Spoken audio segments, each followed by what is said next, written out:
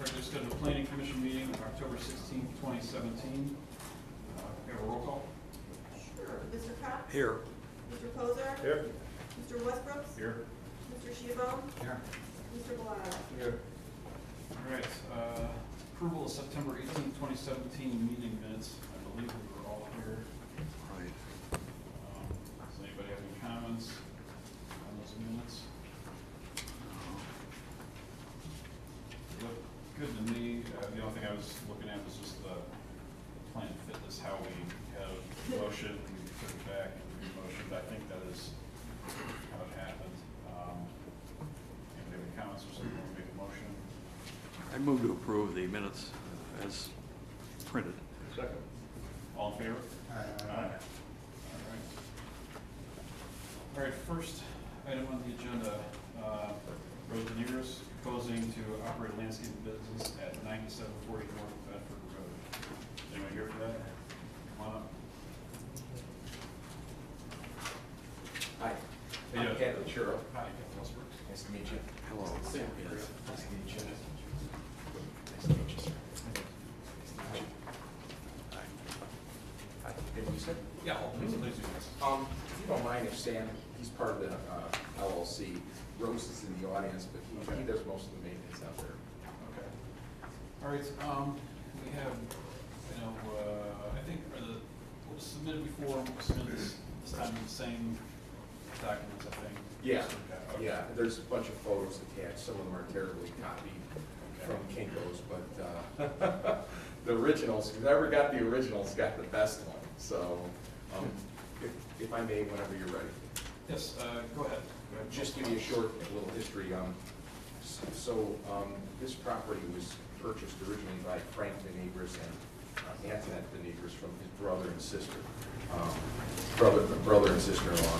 Back in 1983, the brother and sister-in-law had owned the property back to the 70s, and they always had those two buildings on it with that one barn, and they always had a renter in there and operated a landscape company. And so through the years, they've kept up their property. It's been like that forever. And then Sam did most of the maintenance. And then in about 2013, 2014, they started the minimum maintenance. Yeah, how this all transpired was, by my father-in-law, he owned the property in '83, took over from bought his road. Nothing really changed on the property. His brother had a landscaper there, and I was there. Paramount took it over, stayed the same, the landscapers have been there probably 4 years or more. If you're not familiar with the property, it butts up against 480, and there's a half-hour easement there for First Energy in that 271. About 4 years ago, in 2013, 2014, the city, I believe, began to do inspections to the rental property. They came out with an inspection, and they noted that there was a landscaping company running the business in the back where you can't really see it from the street or 271. So we met with the building commissioner, and we talked about it. We said that the landscaper's been there for 40 years. He said, well, if we can produce some information that provides or shows documentation that he's been there, we'll go from there. So we were able to provide information, utility bills that he's been there since, as long as my father was on the property. So at that time, the building commissioner said, okay, the property's grandfathered, you guys are fine. So subsequent years, 2014, 15, 16, they come out, done inspections. No problem, didn't say anything about the landscaping business because it was already addressed earlier on. So fast forward to spring of this year, I found was 87, put the property. His wife died. We put it in. So my mom passed away a couple years ago. I found I was 87. So we put in an LLC. So we're looking to sell the property. So we went to the city to do a full inspection. And they came up with it. He was one of the interested people as the landscaper. And he's been there forever. And and he doesn't advertise. He doesn't put any signs out there. He doesn't have any signage. You can't see the property from the street.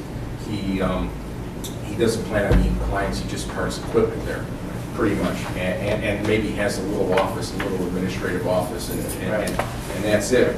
So So that's how it came up, and so what we did is we wanted to be a good people, so when we got the notice, we met with the assistant law director, Mark Guidetti, and we said, Mark, this is what happened with the old building commissioner. He said he tried to get a hold of him, but if you don't have anything in writing, so we said, what do we think we should do? And so that's how we wound up here. And if the guy does end up buying it, he plans on operating it the way he's done for the last 40 years. And I think it's just him and his family, that's it. And a bunch of trucks back there, and I snapped some photos to show you can't even see it from the street because there's so much greenage. There's 2 driveways, and like you said, 480s on the other side, and then you have the high voltage lines with the CBI. So actually it stayed around, and Sam actually said to me, I wish I would have known this in 2013. I would have did this in 2013 because his father got the letter, and the father-in-law got the letter, and he's 87. He never wants to break any law, so he said whatever needs to be done, please do it. And so, if you see the property, it's I mean, there's shrubs in the front. You can't even see the house. And then behind us, there's other shrubs, and then that's where they park their vehicles, the landscapers. I mean, in the 40 years that my father-in-law has been around that property, we've had no complaint from any of the neighbors. There's really only one neighbor to the left, or to the south, because it's the 3 ways to the right, or to the north. I mean, you got 6 lots down, you have a auto body shop that's commercial, that has signs and stuff. And you can see that, and you really can't see the landscaping, you can see them being operated there. Like I said, we've had no complaints from any of the neighbors or anyone. The landscapers keep up the property, they do the lawn care, the snow removal. and I attached all of the county stuff. I also attached a picture, one typo, it's 1.7 acres, not 7 acres. She forgot the 1. And what I didn't attach was the original deed, but I have a copy here. You wanted that for consideration. This is from the Denevrises to the Denevrises. So that was the original deed in 1983. And then I took some photos of what it looks like from North Bedford, and then what it looks going out the driveway. So it's sort of an odd property because it's got 2 houses and a barn on it. So definitely an odd property, to say the least. So we're The property hoping. hasn't changed since my father took it over, or his brother had it. It's been the same. Clarify something. You're the owner of the property? Yes. Okay. Whose business is it though? Yours? The Somebody else's? LLC, No, the landscape. Industrial landscaping. It's Right. called industrial landscaping. Okay. They're the landscaping company. They're a landscaping company that's on your property. Yes. Okay. And they want to buy The it. equipment. They park it. They park Yeah. Now you want to sell the property, You want to put it for sale, right? okay, and sell it to them or sell it to anybody or? Well, we're open now. Well, if they're interested, and then we also have, there's other folks that might be interested too. But we don't know how to sell it, if it's commercial, if it's. That's where I'm going, yes, yeah. So it could be that the property itself could be sold, and if the buyer doesn't want the landscaping business, then they would have to get out of it. Right. Could be, yeah. Yeah, we're not asking for any other business other than landscaping. Yeah, because that's the guy that might want to have it. We don't want any auto repair. I reviewed your order. It's nothing like that, nothing crazy. Because he's one of our considerations. I know we've got some comments from the planner before your stuff. Mr. Bell, do you have anything? My only concern was if they were gonna open an office in one of the buildings, and it would have, if it was open to the public, then it would be an occupancy inspection for life safety stuff. No retail traffic at all. In fact, you can make that a condition. He's never had any retail traffic or signage there. So, nothing. They're not gonna meet customers or clients. That's correct. Mr. Bell? No comment. No comments. Okay, Brian, do you want to get into yours? Sure, yeah, did you want me to go ahead and, I have a lengthy, I'm assuming the applicant received this report that I Comments wrote. from the planner, as we have received those. I'm not sure. Stated September 13th. Okay.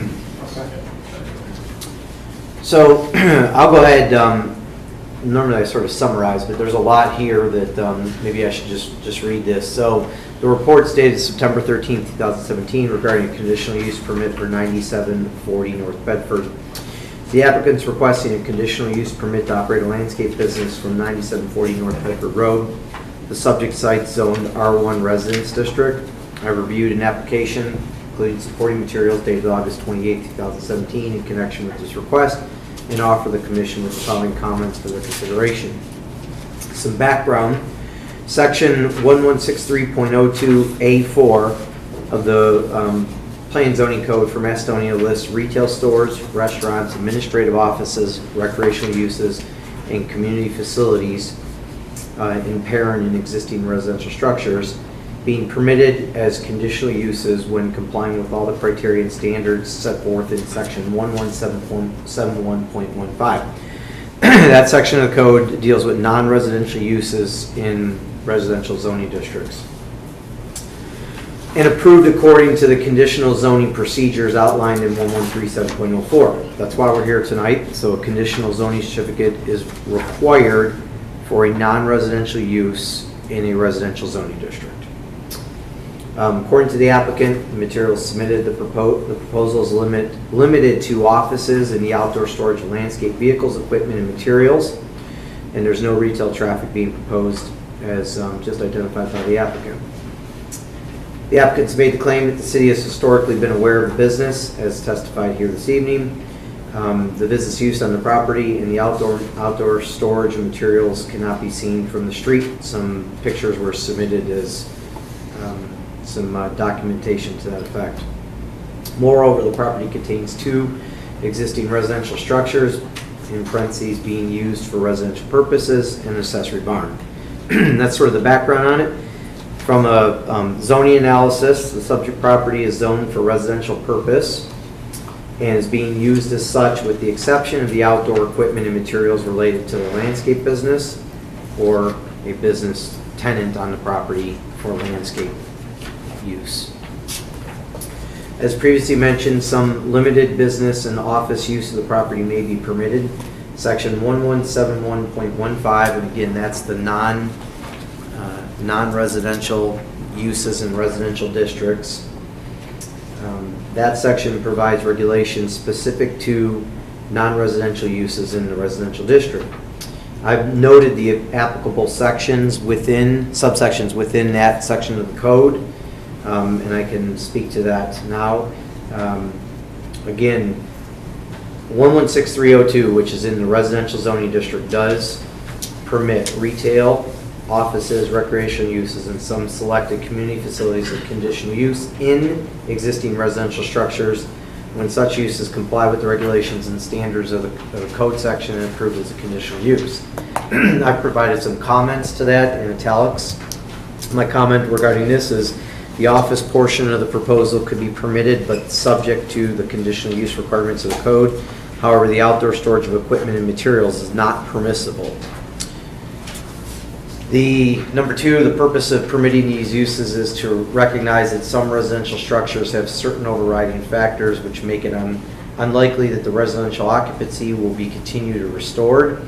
Yet, if offered alternative economical uses, these structures can be preserved, with such preservation retaining segments of the community's heritage and character. It's further believed that in these circumstances, the rezoning of the property to accommodate a non-residential development would provide more latitude on the parcel than is warranted, and the rezoning would not necessarily achieve the intended preservation objectives and other purposes of this section. Basically, what that's saying is the city, when they prepared this code section, recognized that there are some residential structures in this particular area or residential areas in the community that it could make some sense to have non-residential uses, but to rezone those properties outright would be more of a detriment to the city of Macedonia. So they put this code section in place as really a kind of a wiggle way to be able to allow certain uses in certain non-residential uses in residential districts. I go on to sort of cite the code section. It says this section can only be applied when the Planning Commission determines that the application of the provisions of this section will benefit the health, safety, and welfare of the residents to the same or greater extent than either redevelopment of the property under its current zoning or development in any other zoning district.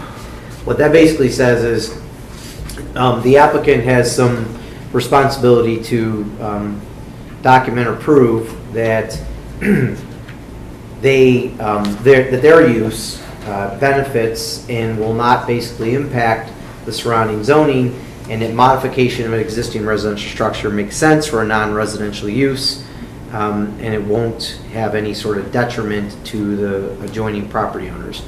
My comment to that is the overwhelming use and character of the immediate neighborhood is residential in nature. I'm concerned that this proposal will not benefit the health, safety, and welfare of the residents in this neighborhood and will only benefit this single property owner. Conversely, the outdoor storage could adversely impact the general welfare of the neighborhood. The code goes on to talk about some specific requirements in approving a proposal pursuant to the section, and it states that the Planning Commission must further determine that, and I've listed A through E. Specifically, C, the proposal has a minimum adverse impact on the adjacent residential lands. And I have some comments that the applicant must provide the required information in the conditional use section of the code to document how this proposal will not adversely impact the health, safety, and welfare of the neighborhood adjacent to the subject property. Next requirement, it's not likely that the residence could continue to be occupied or be reoccupied with uses permitted in the district. This is a standard or a question that needs to be spoken to by the applicant. The applicant states in their supporting materials that the existing structures are currently being used for residential purposes. Given this, I can't readily determine how the applicant can claim the structures can't be used in the future as a permitted use in the R1 district. Next code requirement within this section, the proposal in all their aspects meets criteria for conditional uses in this section and in section 113704, which is the conditional use section of the code. The applicant is not, in my comments, the applicant has not provided necessary information required pursuant to section 113704 of the code. Specifically, a site plan drawn to scale is not provided. Please note section 113704 requires majority confirmation of council for any conditional use approved by the Planning Commission pursuant to section 1171.15. That's probably a lot of gibberish. What that means is basically non-residential uses in a residential zoning district can qualify for approval by the Planning Commission with a conditional zoning certificate. When you track that back to 113704, the conditional zoning certificate section of the code, uses that have this sort of connection to 1171.15, non-residential uses in residential districts, have a further element of approval through council, a majority of council, to approve the conditional zoning certificate. So if the City of Macedonia Planning Commission approves a conditional zoning certificate pursuant to 1171.15, it does require majority approval after by City Council. The code goes on in section B. It talks about uses which may be considered, specifically administrative offices for private, institutional, or public organizations, small retail shops, small retail uses. And in section C, I think I just probably want to track this back to the actual 1171.15C, owner forfeiting right to a permitted use. This section says during such time as a building or site is occupied with any use pursuant to this section, the owner of the property forfeits the right to further develop the parcel or to use existing buildings for any use heretofore permitted in a zoning district in which the property is located. Such permitted uses may, however, be subsequently approved for the property as conditional uses subject to the conditions of this section and the procedures of 113704.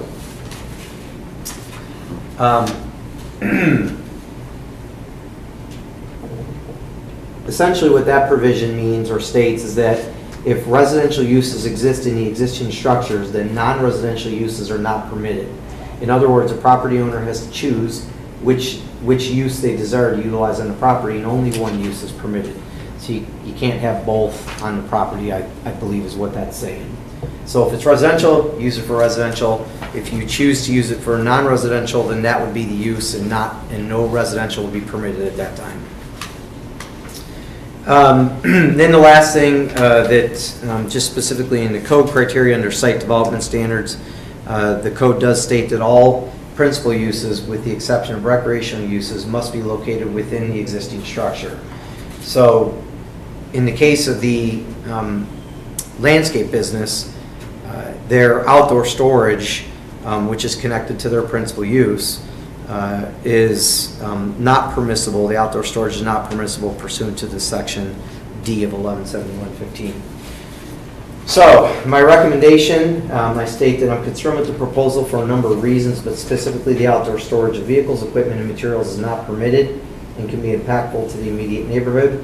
Moreover, the applicant acknowledges that the two existing structures on the property contain residential uses. Given this, the expansion of the use to include non-residential uses is not permissible. Finally, a site plan in compliance with 113704 of the code has not been provided. Given these deficiencies and concerns, I suggest this proposal be tabled until the applicant can address the items in the report. And I had a question, if I can, Mr. Chairman, for the applicant. You'd used the term grandfathered when you were speaking in the beginning.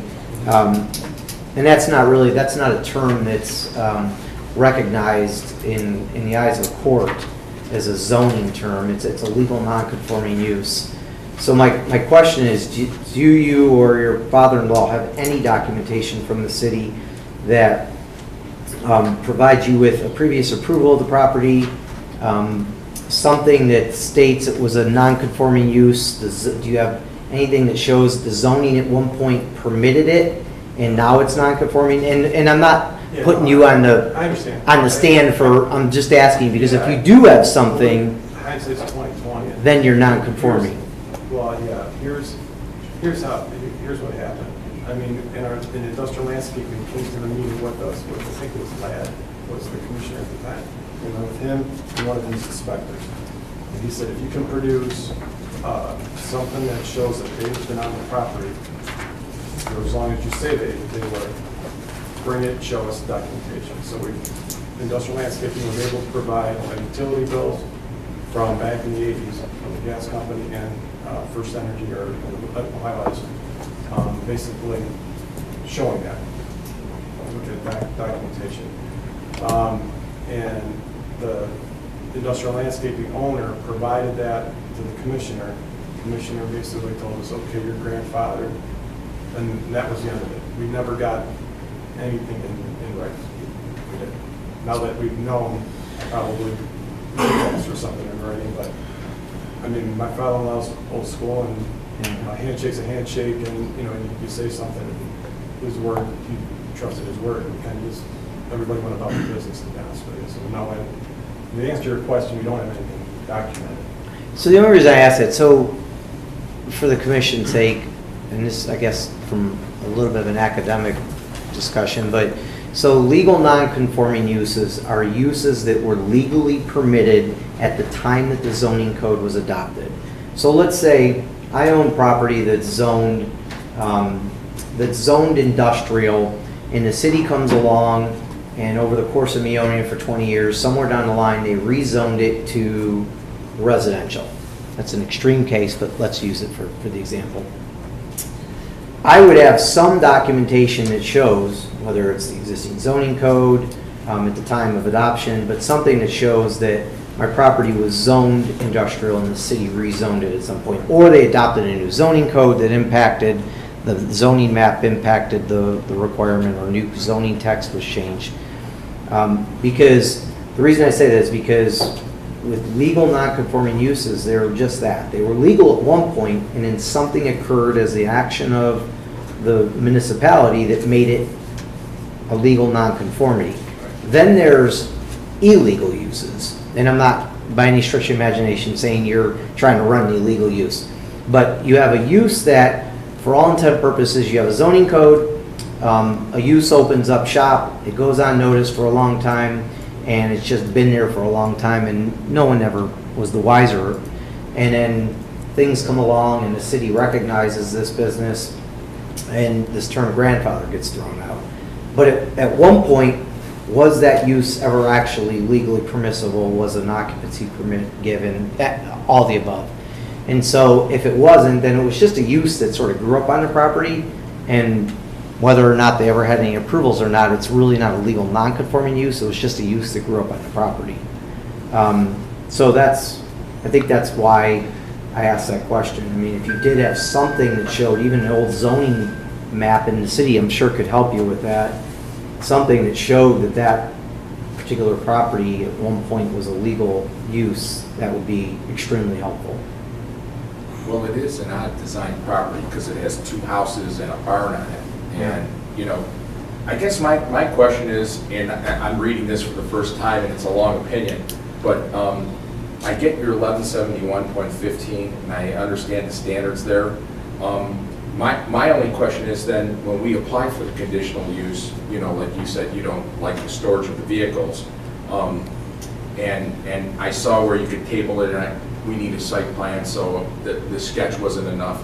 But I guess my question would be, on some of the other issues you raised, like will it be hazardous or disturbing to the neighbor's use? I mean, they've been, you know, under 1137.04B, they've been storing the equipment there for years. I mean, would you need something like an affidavit on that? You know, or will it not create excessive additional requirements at public cost? I mean, they're not advertising, they're not doing anything. I don't think it's going to require any police or fire cost. You get what I'm saying? Yeah, sure. I would think that if I were in your position, I would certainly try to garner support of the neighborhood. You know, insofar as whether it's an affidavit or them coming into a meeting, supporting the application. But, you know, it's probably easy for both you and I to make the statement that A, it doesn't impact the neighborhood, and B, it impacts the neighborhood. So I think some actual proof would be, you know, to your benefit. Yeah, I'm just not sure how you get what I'm saying, Mr. France. I'm not sure how we get that proof. Like, that there's not even a close neighbor to the left or right. Yeah. Sure. Yeah, I mean, I think Maybe get a letter from First Energy. They got easement. you do have some residential. You have large lots sort of along the road there that I would characterize as the neighborhood. You had just want to clarify one thing. It's not that I don't like the landscaping.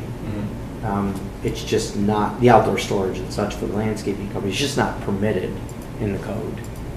Well, I see that, and that's exactly, I got that, and that's why I even see it under your home occupation regulations. That's why we asked for the conditional use, sort of had almost a mixed use here, residential with sort of like a home occupation / storing vehicles. You get what I'm saying? So that's why we didn't know how to broach the issue. That's why we came to you to say, okay, we have a residential, but we also do some commercial, and it's been like that for 40 years. So that was what we were hoping was our conditional zoning. I see that in your home occupations, but I mean, I guess that's the sort of the conditional use we're asking for.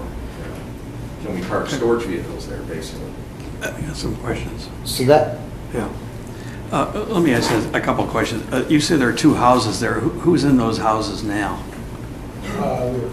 Tenants. You have tenants. It's actually one house. It's side by side. You rent it out to a tenant, and these new owners, the people you want to sell it to, what do they plan on moving in there, or just keep the tenants? I think they plan on keeping the tenants, possibly moving in also. Yeah. Well, then I got a question for Brian then. Well, how would we crawl around there that the section, Brian, about 1171.15 A4, where it's not likely that the residence would continue to be occupied or reoccupied with uses permitted in this district. How do we get around that if they're still going to be living there and it's not like a burned down building or something that the only use left would be something else? I mean, you're going to still have the mixed use residential. They still plan to use that as a residence. Yeah, again, I don't think you can get around that. I think it's one or the other is how the code's written. Actually, not to make matters worse, but I didn't know it was a duplex, so it's actually, that's a, whether it's a legal non-conforming use or just an illegal use, that's not permissible either in the R1 district. Single-family homes are permissible in the R1 district. So again, not to make matters worse, but that's not a permissible. That was built before they even, someone had approved, it was built before, I think, any of the uses on the property. Someone had approved that. Yeah, no doubt. So the reason I'm saying that is, I'm assuming you do real estate law in some form. A little bit, yeah. So you've come across this, the historical zoning will tend to have these types of situations come up where you have these both legal non-conforming uses and just illegal uses that grew up or sort of grew out of the ground over time. So it doesn't surprise me, and that's why. And I'm assuming you have nothing of record for the duplex either. No, I'm not that I'm aware of. When was the structure built? Before they owned. 1930s. 30s. Yeah, 1930, I believe, or 20, if I'm not mistaken. I'm not real sure. The county thinks that's built about Yeah, 1927. it should be on it. Yeah, it's on the tax record. And since you've owned it, it's been a duplex, or was it a duplex No, prior no, to? Prior to, I mean, the property hasn't changed since we took ownership. It's been exactly the same, nothing's changed. Been a duplex since you took ownership. And what year was that? 1983. That was 83. when you took ownership, Yeah, and yeah. then your Well, then my father-in-law's brother owned it. brother owned it before that, 77. I'm not sure exactly. Was it a? I don't want to answer for him, he's deceased. now. Yeah. Couldn't tell you. And so his brother-in-law sold it to him, is that the deal? And do you know if it was a cash transaction or was it a mortgage transaction? I only ask because even then, some sort of a bank approval would have been needed for a mortgage, and he would have done some due diligence on conforming uses or not. That I don't know. I don't even want to speculate. Yeah. I have one more question, Brian, I'd like to ask. I guess to Mr. France, you tell them that, this should be tabled and sent back so they get so they can get a proper site plan. But even if they get a proper site plan, I think you're just telling us we can't do it anyway if we follow the code. So what's the point of them sending them back to get a site plan if we can't approve it anyway? So when I do the reports, when I write my reports, I'm trying to be comprehensive. So if they were to seek a variance for outdoor storage and get that variance for outdoor storage, then come back to the planning commission, I'm now not telling them, oh, by the way, you need a better site plan. So I try to make sure I get it, down in writing. These are all the avenues, all the requirements you have to have. Whether or not you're going to get approval for them is, I just don't know that answer. But there's alternatives and methodologies to track out approvals. For the outdoor storage, I don't think the planning commission can grant that. That doesn't mean the applicant's potential for outdoor storage of landscape equipment and materials is a dead issue. It just means that you don't have, as the governing body this evening, the authority to provide that approval. That would have to come from, it could come from the Board of Zoning Appeals. There's a number of ways things can be solved, if you will. Yeah, we thought of it that way, but then I think after our meetings, we were told to come this way, but. It's 6 in one dozen, half in the other. I mean, you have to come to the commission at some point, regardless of all this. I mean, you could go get a variance for outdoor storage, but you need to come back to this commission for the conditional zoning certificate. It's just sort of the chicken and the egg scenario. I think it's fine being here. I mean, you're getting some guidance and you're getting things out on the table of what's required and the thinking and the logic behind the particular use application. But there are steps that definitely have to go involved with this. Get the outside storage first from BZA and then come back with the conditional use? You could certainly go that route. I can't advise you which methodology is the best way, but if you want outdoor storage, you're going to have to conquer that issue, and the way to do that is to seek a variance from the Board of Zoning Appeals. If they grant that, then you certainly could come back here. You'll still have the other remaining issue of what's it going to be. You know, I is it? guess my only question is, and not to cut you off, Yeah, if go I ahead. get the outside storage from BZA, why would I come back here? Then I Because can you- store the vehicles. You still have a use issue. You have a business use and a residential use on the property. So it's one or the other under the code. Question, how did we allow this to go on for 4 years with I mean, what brought it to attention right now? We did. Well, We're selling the property. We want to sell the Yeah. property. And the We have landscape. a potential buyer, but he doesn't want to buy it. You know, and the point of Potential sale of the property. Yeah, and the city wasn't sure in regards to how to proceed with the point of sale. Is it residential, is it commercial? And then the potential buyer says, well, I'm not going to purchase it if I can't run my business out of this. That's why I'm buying it. Well, and he's not going to even get, I mean, if he's buying it on a mortgage, he's not going to get approval without a zoning verification. It should work that way from the city. That's right. Yeah. Exactly. Brian, and you may not remember that. I just think that we had a case, some of this many, many years ago, and where they had no documentation and stuff like that, and they said the legal interpretation was that any so-called grandfather or implied rules and the things that were being done on that property were null and void when the deed changed hands or something like that. I don't recall. I don't know. Yeah. I'm not even sure if you were in this position at the time that it came up. I'm getting to be an old man, but I don't recall that. I know it went to the city legal department. but Yeah. Something like that interpretation became done. Yeah, I mean, I think the applicant could certainly look into that. You know, at the end of the day, something's allowed on the property, whether it's business or residential. And then the issue of the outdoor storage, if that's what your potential suitor wants, they would, you know, somebody would have to conquer that, overcome that impediment by obtaining, in this case, most likely, a variance from the Board of Zoning Appeals. So you have some, you know, for lack of a way, you have some work cut out for you in terms of what you want to do. And you have some decisions you have to make too, in terms of residential or commercial. Well, yeah, I agree with Mr. Cox that there's no sense in doing a site plan because it seems like we're out according to your code. Though I thought there might be an exception, that's why you have a conditional use. But, I mean, it even looks like we gotta kick the landscaper off now because we're in violation of your code. Yeah, so the Planning Commission doesn't necessarily grant exceptions, that's the Board of Zoning Appeals. Right. The conditional use means it's a use that's allowed under the code with certain conditions. In this case, a non-residential use is allowed with certain conditions in a residential district. In a residential use, single-family residential is a permitted use in that zoning district.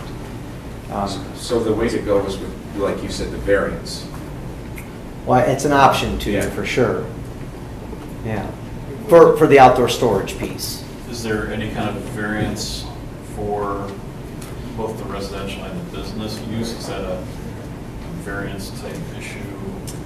It'd be another as well? use, it'd be another use variance. I mean, you'd have 2 use variances that you'd be requesting.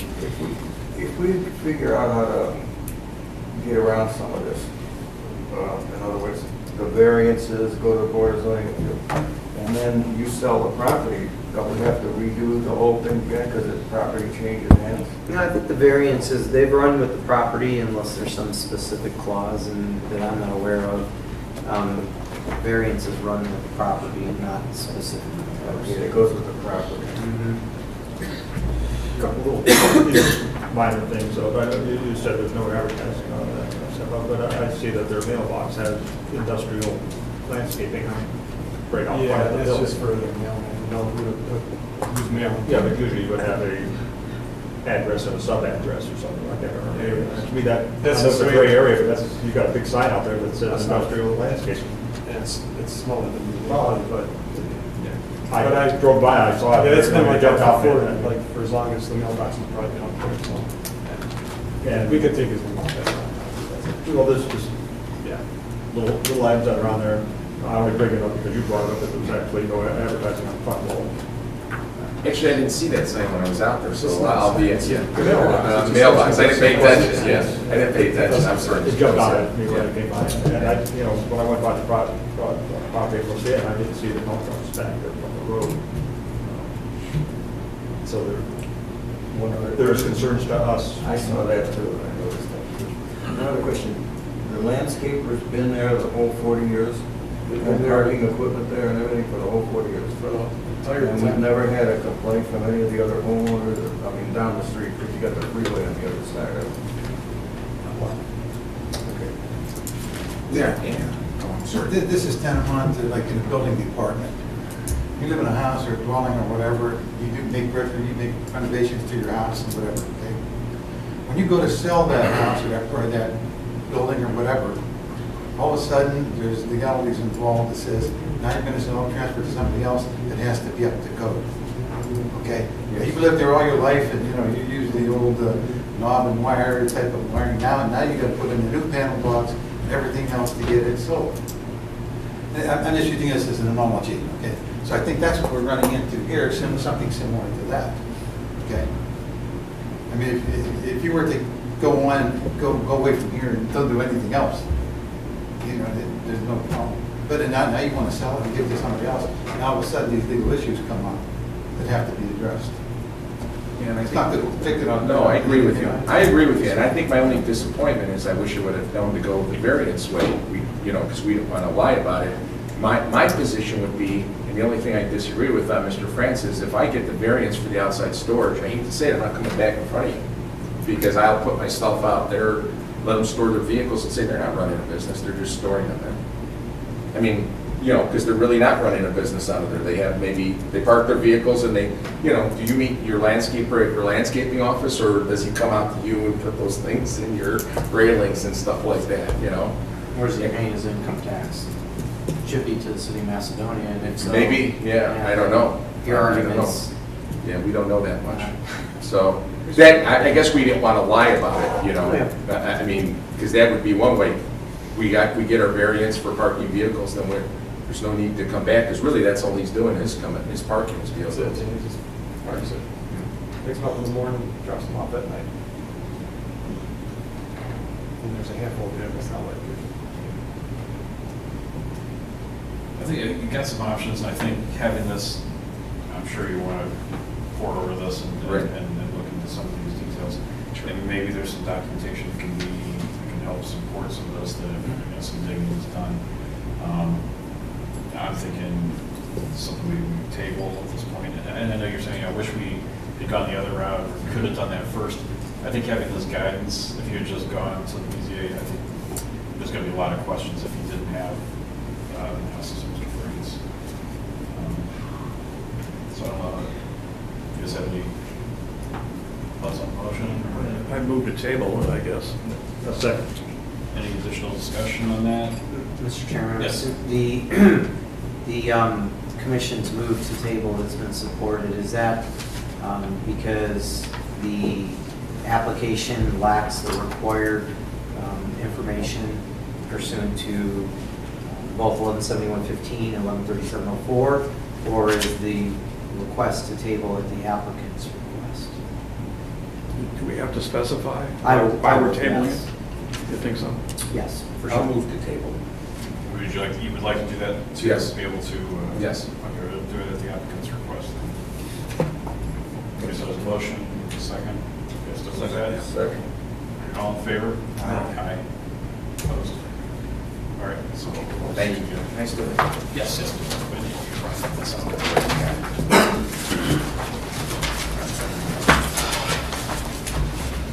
There's a lot of confusion.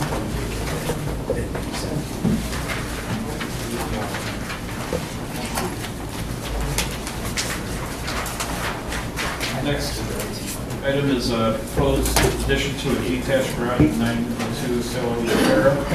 Someone here for that? Applicants for that? Isn't he here? Didn't he come up earlier? Yes, yes, right here. Oh, there he comes, yeah.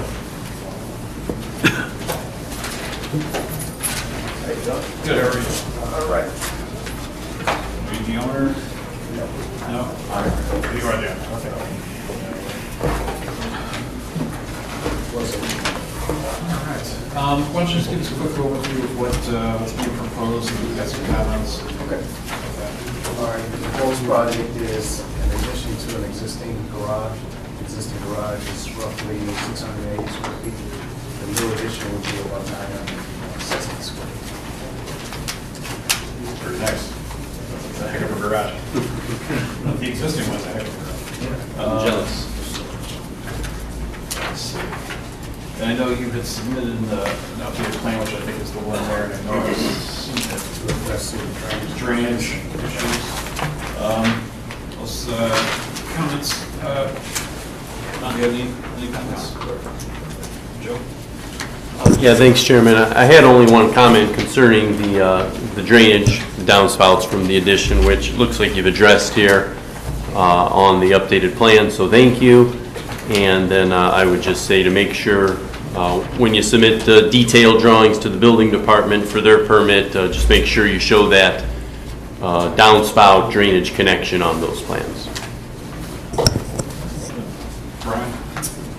Who's Charles? Charles, good to meet you. We talked on the phone, so. Yeah, I think at this point, it's ready for approval. The only thing I had noted in my report, Charles, just so you're aware, you're about 56 feet from that side lot line, and you're required to have 50, I believe. So you won't be able to expand it any further in that direction. I think you have some ability to put, is this your only accessory structure? On the, This is the Yeah. yeah, so you could have another one, so, and you have a big property, so at some point you could add another accessory structure, you just won't be able to add, unless you want to do 6 feet, Oh, which isn't gonna get you a whole lot. Yeah. You won't be able to go any further to that Yeah. lot line. Oh. But just wanted to get you, so you know, later on, you're not Right. scratching your head going, wait a minute, can I put Right. something in that direction? I won't. Yeah. Good. Any questions? The height of the building. Yeah, I think it, Obviously well over 15 feet. Well, there's 12 feet to this point, which is about halfway up, so it looks like it's about 24 foot high.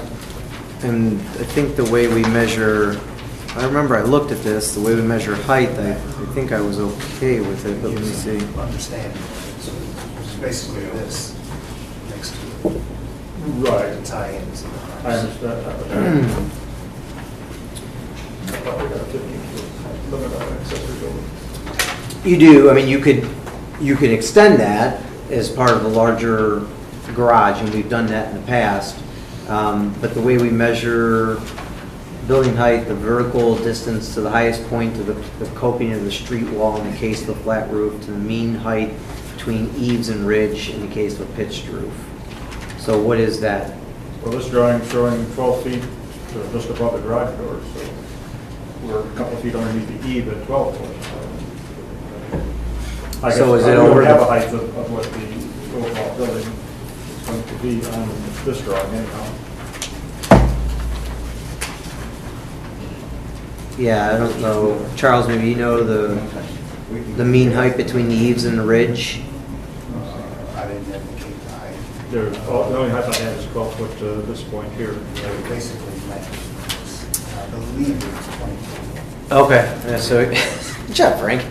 I would say that I have absolutely no concern with the height, and you can approve that as part of a larger structure as a conditional zoning certificate. So I would include that if you were so Right, that's inclined as the part of your application, stipulation. not Yeah, the correct. almost 15 feet. for Correct. accessory building. Yep. Yep. It's certainly, It's you know, gonna the match house, that one right there. Yeah. Yeah, I can see the point. it's certainly comparable to the house, for sure. Yeah. That's the scale. Okay. I have a scale, I can scale it. So we'd have to prove it conditionally. We'd say conditionally. Any other questions? How are we gonna work that? Yeah. So conditionally it can't exceed the height of the, that would be the west, northwest. That would be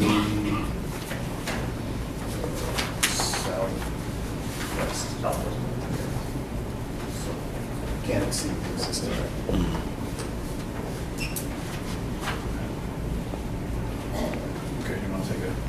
that motion, if you Make a understand. motion for conditional approval of the structure based on the fact that its height will not exceed the southwest.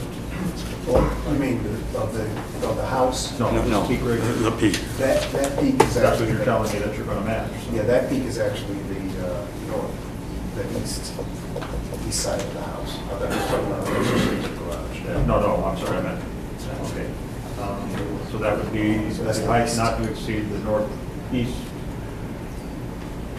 Gable. front gable Gable, portion yeah. of the house. I'd second that motion. Conditionally approved.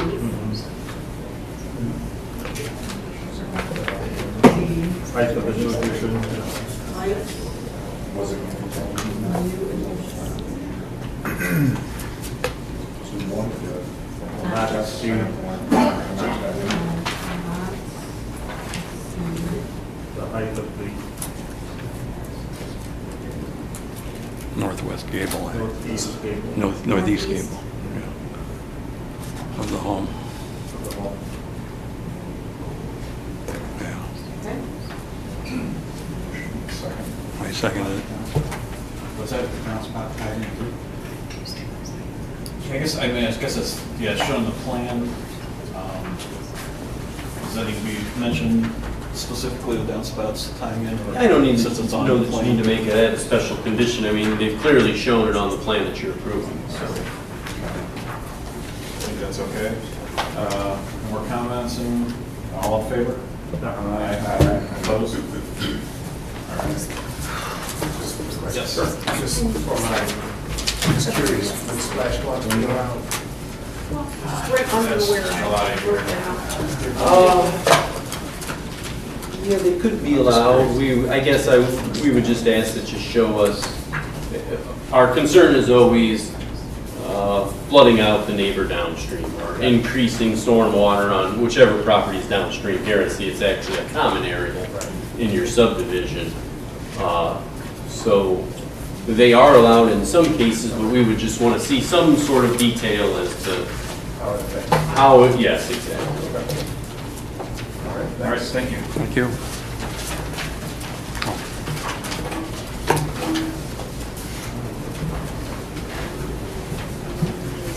Next.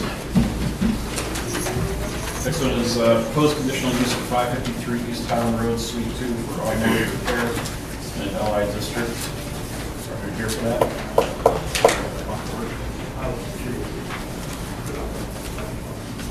Let's see.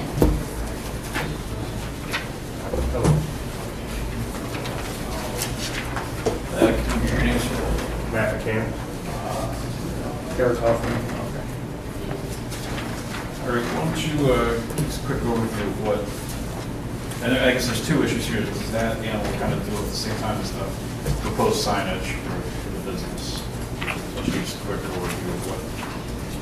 It was originally located directly across the parking lot. In that parking lot, the buildings are kind of mirror images of each other, but two separate owners. So I had a facility that was too small to have a couple of lifts. So the unit became available, moved to that unit. Okay, where's occupancy permit? I said we need to bring this over to the board here. Okay. Got comments from staff, Jim? Bill? Yeah, we'll just need to finish the occupancy inspection based on any code requirements for the use review. Ms. Briggs? So there's two issues, the sign and the use, and the report date October 13th. I made some assumptions, just having a quick conversation with the building commissioner. So it does sound like this was triggered by the occupancy inspection. And as the applicant stated, they were previously in 573 East Island, which is basically the neighbor, and actually came here in 2014 for a sign approval. Yes. And I think it's the exact same sign. No, pretty close, but rather than being hand painted, I had it actually printed, so it looks more presentable. Sadly, the sign structure that I came here for in 2014 is still standing today, and nothing has been done with it. So I believe that that is still sitting on the table. So, but as far as the sign goes now, this 553 has an existing sign structure that has been there long before I have. It's probably been there as long as the building's been in existence. So what I would like to do is simply have a sign made that's exactly like what I have now that fits that structure. Okay. I'm sorry, it's approximately 18 inches tall by about 5 feet long.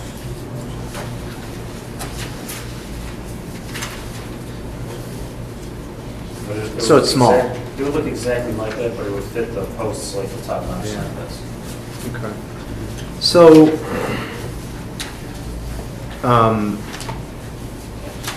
two separate issues. The signage itself, that's, you know, the more basic issue, as long as the applicant can stay within the 40 square foot limitation, so that'll be, I'm assuming, top-notch construction developments in that sign still. Yes. So as long as the two signs together don't equal greater than the 40 square foot limitation, then you'll meet the area requirements. You know, there's some other things in terms of aesthetics. I'm assuming you just sort of Photoshop that in, basically? No, it's temporarily just there. I can go and pull it right off. Oh, okay, so that is how it is. It's for reference. Okay. Yeah. Again, I'm sorry, for reference, so you can see what the coloring would be. What it would look. That's what it would look like, just that it'll fit between the posts. Okay. Yeah, that becomes more acceptable if that's, you know, how you're, again, limited information. It was just looking like it was nailed there. I'm like, that doesn't really. It kind of is, but you can just grab it and pull it off. It's temporarily nailed there, yeah. Correct. The bigger issue is the use issue. So, in 573, I have no idea how you had an occupancy permit in 573 because that's equally zoned limited industrial, and auto repair is not a permitted or conditionally permitted use in the limited industrial zoning district. It was granted. How come FedEx is in there right now, doing truck repair? I have no idea. They've been in there recently, within a year, they've got an occupancy permit to be in there. There's multiple auto facilities along that road. I've owned the building for 25 years, and I've ran into at least 5 different auto repair shops. Sure. So this has recently changed, this process has recently changed. Normally, we would put a tenant in there, he would go apply for occupancy permit, there wasn't an issue. Right. So whatever's changed here, we're trying to figure out. Little quick 5-second about me. I'm a consultant for the city. All I do is I review the request pursuant to the zoning code, and so I have no idea how permits are issued or not issued for occupancy and otherwise within the city administrative offices. So I don't know how some of those other ones were approved. Okay. I'm just simply letting the applicant know that, and the planning commission know that auto repair is not conditionally permitted or permitted within the limited industrial district. It's specifically called out in the general industrial district, which is on the other side of the road. So that is, from my perspective, that's really the crux of the problem of the use request is that the commission can't approve it because it's just not allowed in that zoning district. So either the property would have to be rezoned, or you'd have to get a use variance from the Board of Zoning Appeals to have the use be allowable in that zoning district. Is that what we're here for? No, this is the Planning Commission. You're requesting somewhere down the line in your interaction with the city, someone told you to come to the Planning Commission to get a conditional zoning certificate. Again, I'm not privy to those conversations, but there is no such permit for your use within the limited industrial district. So the commission can't, their hands are tied. They can't issue that permit because it's not contemplated in the zoning code for limited industrial. I guess I'm having a hard time because I've been on the road for 35 years. And this has never been an issue on this road. Now all of a sudden, there's an issue here. We look left or right. And I was in that building across the parking lot at 573 for 10 years. Never had an issue. And I'm a welding and fabricating shop located across the street from this building, so. Seems to be, you can't tell me the difference when you drive down Highland Road when you look left or right, other than paperwork. And I don't know why they're making an issue about an automotive repair shop being in an industrial area. And I've been there, and they're there right now. There's two of them down the street in Geis's building. It's all in the same area. It's Same side of the street. Same side of the street. Mhm. So Yeah. they I mean, again, I don't enforce the zoning code. That's within the city. City employees do that in the out of the building department. They're the ones that recommended us to come here. Building department was the one that told us to come before you guys to get this. I was told that I had to do this, be here Yeah. for this meeting for this. And all I can do is apologize. There is no mechanism in the zoning code for this commission to approve your request. Should that have been expressed when I went Yeah, to the they building should've. department? And, Right. I mean, between multiple visits and emails, I believe that they could have been mentioned somewhere along there. So you would have had a copy for this portion anyhow. I understand that. So you did show that both anyhow. So this is not the Yeah, it DDA is. portion. They should have, maybe it wasn't explained correctly, but you would have to come here for this anyhow. So. Can I ask a question, Brian? Brian, did you say the other side of Highland is, or is it industrially zoned? The other It's side? general industrial. Mhm. And this side is L1. Yeah, Wow. limited industrial. That's kind of strange. Well, yes and no. Often when zoning boundaries are created, they'll use features such as roads in this case as a boundary to create a new zoning district. So, I mean, it is, but it isn't from the perspective of how district boundaries are drawn. But it's pretty, here's the map. I mean, this is all limited industrial. My assumption is that limited industrial was implemented because there are industrial uses there, and limited industrial was implemented because there's residential all around sort of both east and west of the zoning boundary. In this code section, repair, finishing, and refinishing services, that doesn't apply to cars, is that what you mean? Yeah, it What does is not. that? Finishing of metal products or something? Yeah, I mean, I would interpret that to mean metal products, fabrication type services, wood products, but automobile repair is specifically mentioned in the general industrial district as a permitted use. That's all I But have. across the street, it's permitted, but on the other side of Highland, it's not. Yeah, general industrial is on the other side of the road. So that, you'd have to go to the Board of Zoning Appeals for this. Yeah, sorry that we can't do anything about it. I wish we were told to do that instead. I don't know what else to say about it. Sent to the right place. But I mean, I think that's probably your best bet is to encourage them. Is that in Summit County? That's a city board as well. Different group? Different group of people. And that can be scheduled through the building department meeting. So that'll have to be approved through them and then come back here again. For the I think if they approve that, then he has to come here for, besides the sign, is there any, if it's a, If they approve it, The only thing you'd have to come back here for is your sign approval. You see that being an issue?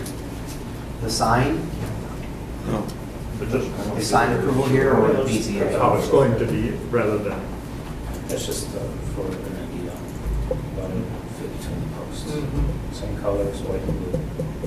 they're gonna move this Maybe you one could off. give some instruction to the building department on what to do, huh? I'm sorry. They're the ones that instructed us to come here. How long is that, one more question, I can't try and solve these. How long is that, how many been tearing out was on, I don't, the one here, I will correct. 4 years. 4 years. All he did was move across the Oh, parking moved lot. across the street, yeah. Moved across the parking lot. Just the parking lot. And So we didn't figure there was gonna be any issue with anything because you're moving across the parking lot. And across the boundary line, yeah. It's a mirror image and it's just got a large parking lot. Well, you have a pretty sympathetic case then for the Board of Zoning Appeals, I'd say, up and down the street they're doing it, you know. well, they granted it, what I don't get is the city's granted it to other places. Well, that's a pretty good argument. That's what you ought to do with the Board of Zoning Appeals. And it goes on, like I said, if you look down, nobody would know that if you look down Island Road. I know, I drive down there. We try to keep that a lot. For zoning, not about the junk and stuff like that. Okay, I think we need to deal with these, both these issues, two separate motions. Might be very similar, but Brian, much like the last one, if we table the use, is that even, something needs a table, or is that,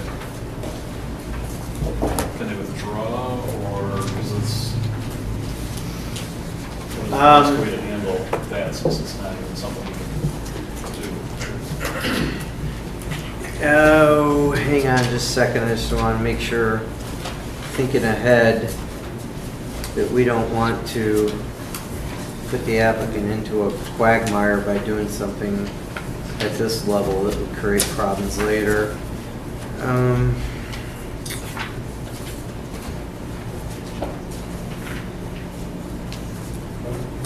Do they have to pay a new fee to come back here? They have to pay another fee. come back to the sign. Yeah. That's why I like tabling it, might save a fee. If we could.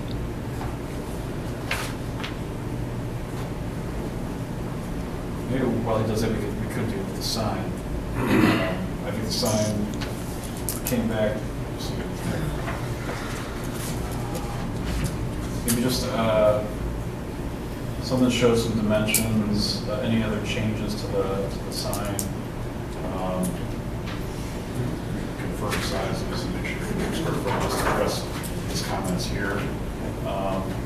So I'll make a motion on the sign. We move to table the issue on the sign, is that what you're saying? Yeah. I'd move to so table the issue on the sign. Okay. Come back here. Second. Second. Right, all in favor? Aye. Opposed? Okay, so the sign is tabled, so you can have more information. I think so, yeah, if we can get, what it's gonna propose as, even if it's, just a sketch, a drawing. Second or something, I don't know. Your own thing.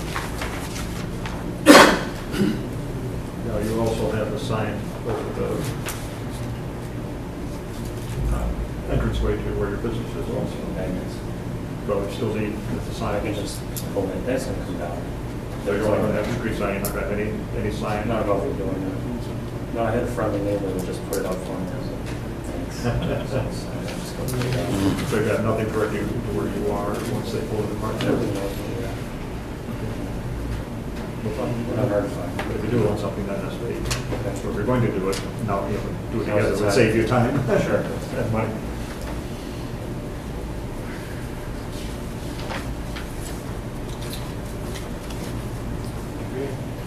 We have the other issue? Just let, oh, I think you got it. Should they withdraw it? I think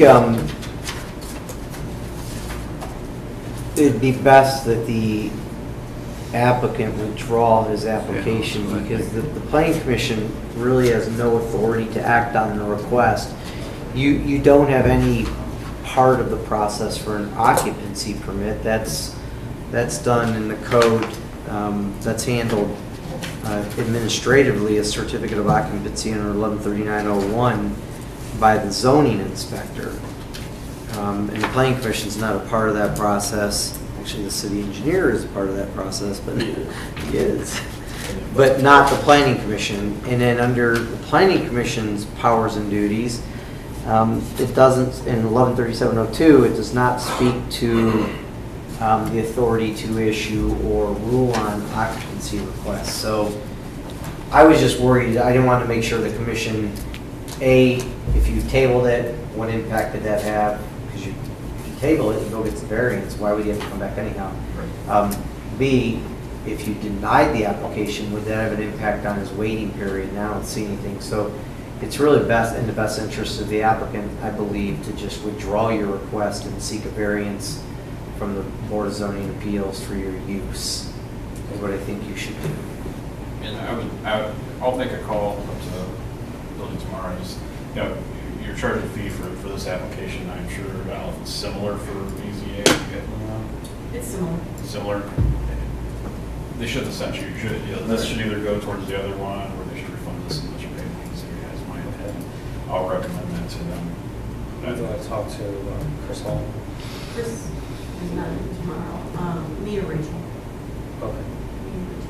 So I'll stop by tomorrow with the dimensions on the sign. Yeah. Actually, I'll just read it. So we're asking you to withdraw your application. Well, then I Should have. withdraw my application. Yeah. All right, thank you. Thank you. Sorry about the confusion. So this is applicant withdraw? Yeah, Withdraws, yeah.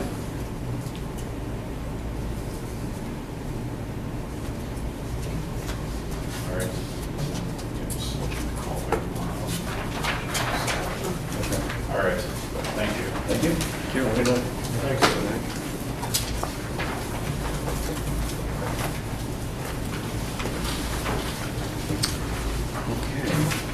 All right, the next item, Phase 1 final plat approval for the Northwood subdivision. Good evening. Good evening. Greg Modick with SNA Macedonia Cathedral Development. I think we were all pretty aware of this project. There were some comments. Phil, do you have anything? I spoke to the applicant earlier before the meeting, and he answered my question, so my question was resolved for the window. What is that? It was the emergency drive.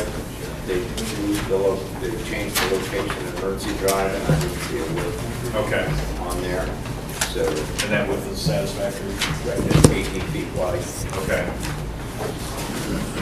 Yeah, Chairman, as you guys saw, I had some minor comments regarding the plat, which the applicant addressed and revised and resubmitted the plat since then. So certainly from a surveying and engineering point of view, the plat is acceptable to myself and to the city. All right. Mr. France? I just had a couple minor comments.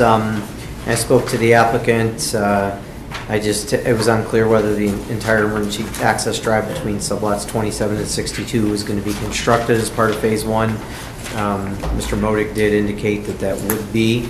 I questioned the material type, the city engineer, and recommended permeable grass pavers. The engineer has pointed out that is indeed what they're doing.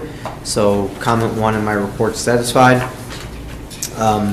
Comment 2 about the landscape plan, that should be submitted as part of each phase to document what's going to be constructed or erected as part of that phase. I think that's something, if the commission was okay with it, that could be addressed administratively. And then the third comment, construction agreement and maintenance bonds required to be approved by the law director. It's technically supposed to be prior to the planning commission approval, but I have no issue if the commission's comfortable with it, making it a stipulation as part of your approval. And then submittal of that documentation then would be confirmed by the city engineer, and I cite the codified ordinance. Short of those couple minor comments, I recommend approval at this time.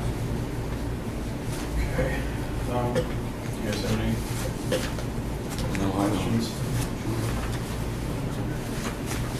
All right, does anyone want to entertain a motion for this? You go ahead. So basically, all we need to include is the construction agreement and maintenance. And the landscape. And the landscaping. Yeah, that'd be my recommendation. Okay, make a motion to approve, with the contingency that the landscaping document is, for phase one is developed, and that the construction agreement maintenance bond as required by law is presented to building department. Second? Second, yeah. All right. Any other comments? All in favor? Aye. Opposed? Okay. Thanks for your time. Opposed, none. Just quick question in regards to the construction, work with Joe or the appropriate people for that to get that. I'll reach out to the law director in the morning, and then between myself, yourself, and the law director, we'll do it. Thank you for your time this evening. And I'll get somebody up there to check that out. But if there's any issues, please let me know. We'll get them swapped out. That's an important thing. Thank you. All right, next, Approved with landscaping for phase one. landscaping plan, phase one, administrative.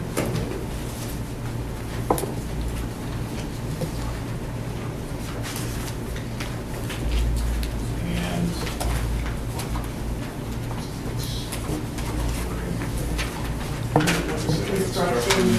Construction agreement and maintenance bond. Construction agreements. And what bond? Maintenance bond.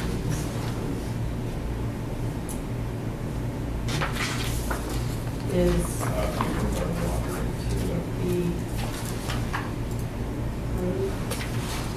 by law director?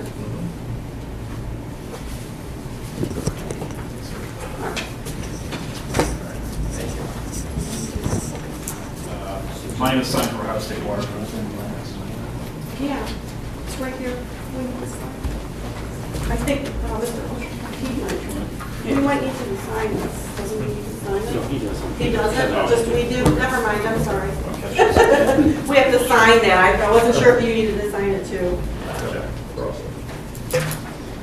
right, Ohio State Water. Oh, we'll sign this thing.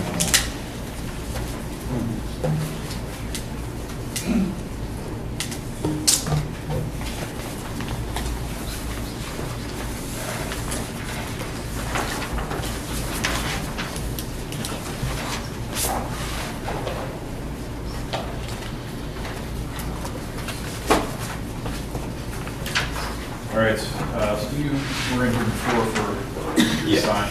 I guess, okay, so submittal is changed, is that? Yeah, we have altered our design, basically. We've enlarged the header portion that displays the logo to accommodate more of the percentage of the electronic or dynamic display. We also moved the location of the sign on a parcel that does not have a sign on it. And we think it works well with all the properties around, and that's our changes. So, and refresh my memory, so this is the old, or the existing sign that's? There's an existing sign located at 365 Highland Road, and then the new proposed sign is located at 393 Highland Road.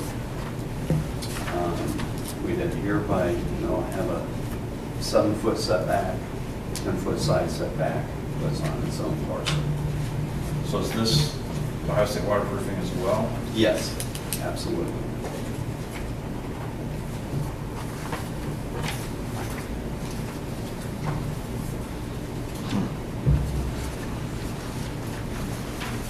I happen to have the year-olds, so I didn't bring my copy. I do. Well, I should have.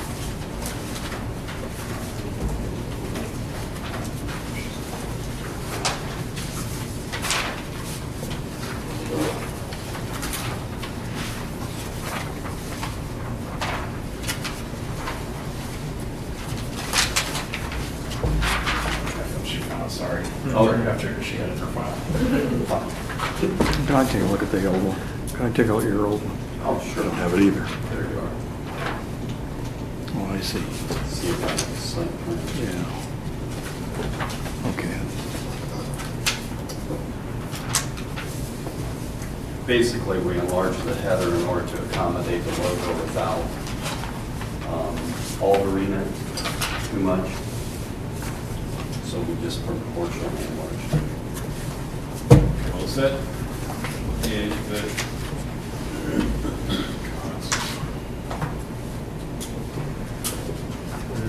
Taking out the other sign, the existing sign that's there now? No. Or you're adding a second sign? We're adding the sign to the adjacent parcel.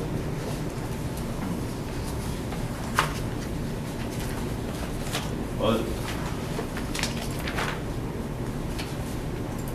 I don't have to do some calculations. I don't know if this, I think, well, there were several things in the original comments back in August. Don't necessarily see any of that included, but a lot of information on the dynamic sign itself, a lot of conditions about the capabilities and those kind of issues. Yeah, absolutely. And the thing is, even though I probably didn't document on the drawing, it is part of code, so we were definitely going to comply with those code requirements. Okay, well, I think, Mr. France, noticed none of that was included, and I think stopped at that point. Is that, am I correct? Did you feel like there was like? Yeah, I mean, some notation should be included on the plan that addresses the requirements of 117909 for electronic message centers. And then, quick calculation, it's still not compliant with the percentage for the electronic message center. You can only have 30% pursuant to 117909(2). Dynamic displays may occupy no more than 30% of the actual copy or graphic area. So a 40 square foot sign's allowed, ground sign. That means you can have 12 square feet of the 40 square feet be electronic message center. If you were to maximize the sign to 40 square feet. As proposed, you can have 5.78 square feet, and you're, by my accounting, you're actually just slightly larger than the last time you came in. You were previously at 2.58 feet by 8 feet, and now you're a little bit more than that. I have you at 20.66 square feet for the dynamic display currently. Right. And you're only allowed to be 5.78 square feet. The issue that we have is that we didn't want to go over all the, exceed the overall square footage, which is 40. Mm-hmm. We also, so when you add the two components of the sign, it does come very close to 39.91 square foot. Then we have a technological limitation with the electronic display. And the electronic display is the best fit for the 30% rule. We can enlarge, the sign, but, or, the header portion, but then we'll be over the total square footage. We can decrease the size of the electronic sign, but these are in tiles, as you may or may not know. So if we decrease the number of tiles, we either subtract a whole row and make it longer, or we take out 2 tiles on the side and make it quite shorter. We're still on a 35 to 45 mile per hour speed limit, and per code you need 9-inch high copy. We want to be able to have the best fit of the sign without going, blatantly over, so that we can accommodate the 9-inch high copy requirement and also the, not exceed the overall square footage. The calculations that I did was the active display, but yet when I did the total square footage, I included the cabinet of the active, or of the dynamic display. So basically what we're trying to do is accommodate, the code, but again, we have issues with trying to come down to exactly the square footage to meet the percentage requirement. And it's difficult to do with the brands that are out there. We looked at 2 of the major brands, and then you're either way under, and it's not going, you'll be able to say hello on it maybe, a 9-inch high copy, or, we go slightly larger to accommodate the needs and the functions of the customer.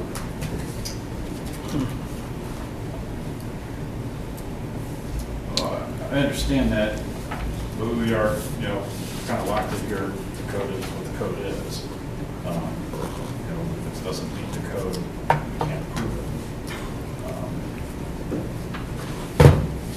Let me ask one question, please. On the part of the code, 117909A2, would that apply to a dynamic display also, Mr. Franz?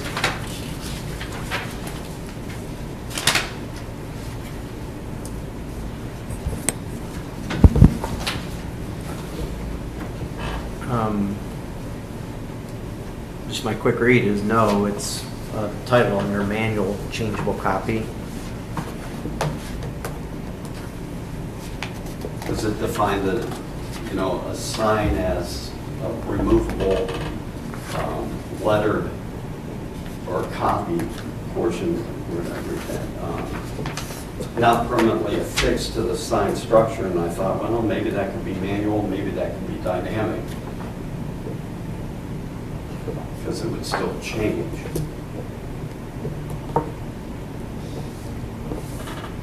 Yeah.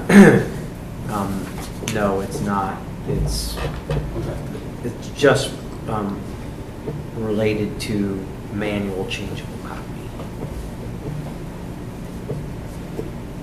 Can I ask a question, Kevin?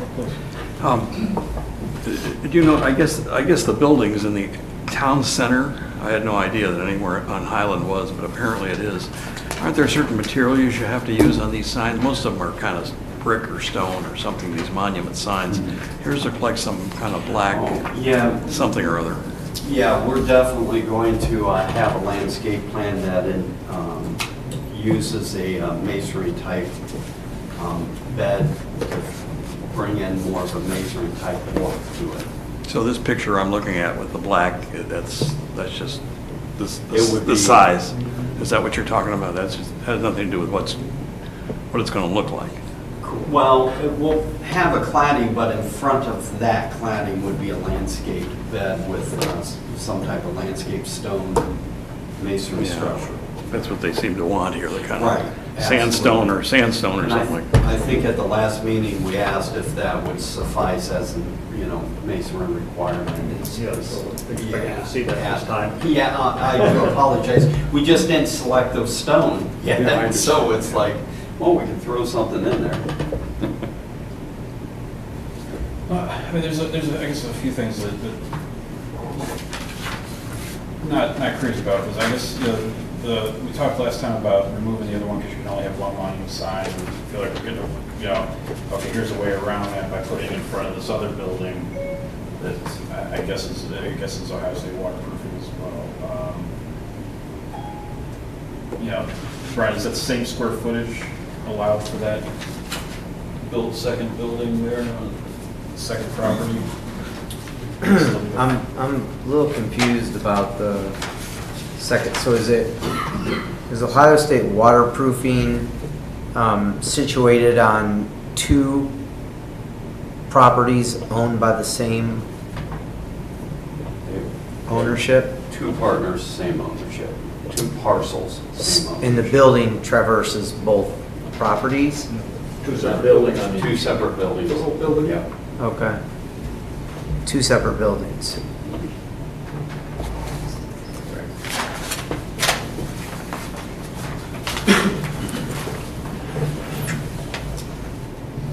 In the small building is Ohio State waterproofing? It is. And the large building is Ohio State waterproofing? Yes, sir.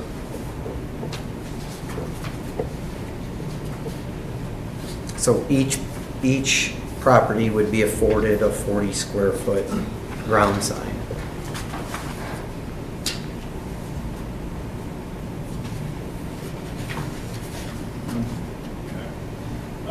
So I mean, I guess that would be allowable. I feel like it's just a way to try to get around, you know, whether it's within the code, whatever, it's just, you know, I think if I would have looked with a pretty clear direction, that you're gonna replace this one, but I guess not. In terms of the square footage, I mean, we don't have really any wiggle room on that, I don't believe. I mean, it seems to be exceeding that amount pretty well. Square footage wise, they're almost equal. The active area is about 15 square foot. So we're about 3 square foot over. Over 30%. 30%, that's correct. I don't believe the base. That does not. The base is not. That's okay, not part of the Well, the calculation. top part, 8 feet by almost 2. That's so about 16. 19. This is about 19 here. Okay, east that, okay, I'm sorry. Yeah. 10.6. Correct. And then this dimension is based on the active area that actually changes, but the total square footage includes this cabinet and this cabinet. So it's these two add together, cabinet for cabinet, which is the 8 foot by the 31 inches.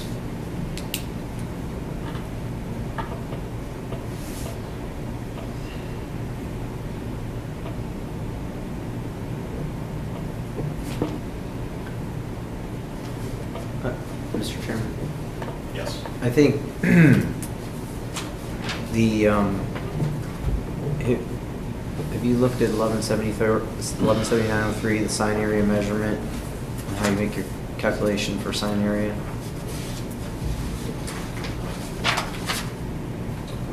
I don't have that in front of me.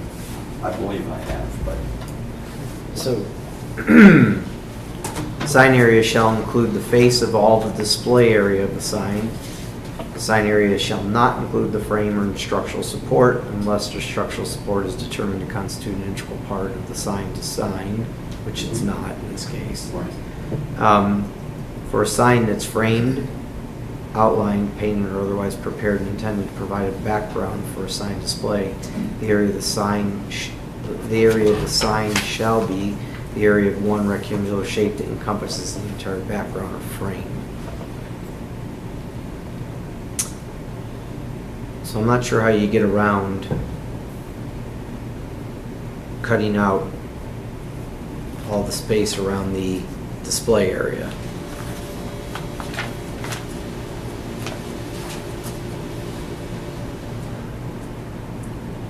So the area to the, looking at the plan view, the area to the left and right of the 19.8 mm 32 by 120 matrix, that area is just background and it does not support sign display at all on your illustration. Correct. So that area is not capable at all of dynamic display. Correct. Only where the words are is what's capable of dynamic display. Yeah, the active area for the dynamic display is 25 inches by 94 inches.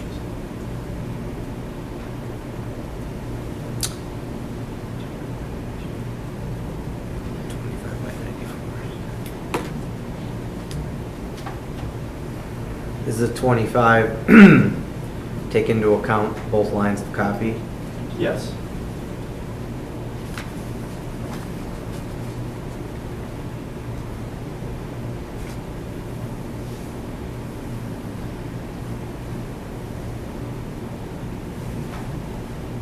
What's the width? 94 inches.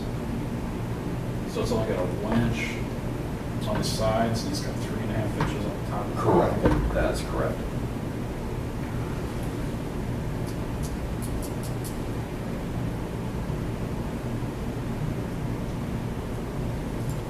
So about 1.2 square feet taken away from the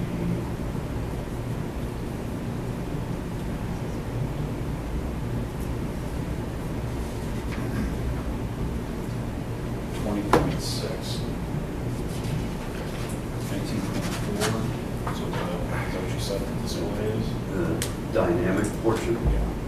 It's 16.29. Yeah, that's it, 16.29.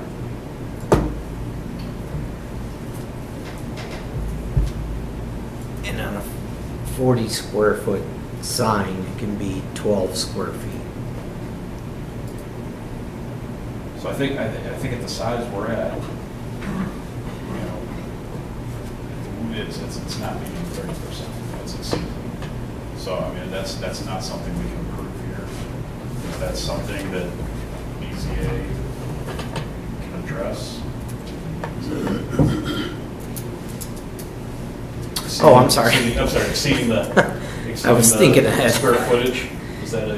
Yeah, I mean, that's an area variance that the Board of Zoning Appeals granted, and I'm really curious how, so there's other signs, dynamic displays on Highland, and I'm curious how they got their proportions to work.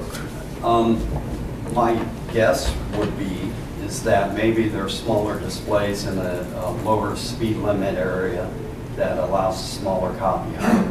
Number two is sometimes on larger frontages where you can increase the square footage for a freestanding sign, the percentage could be met pretty easy.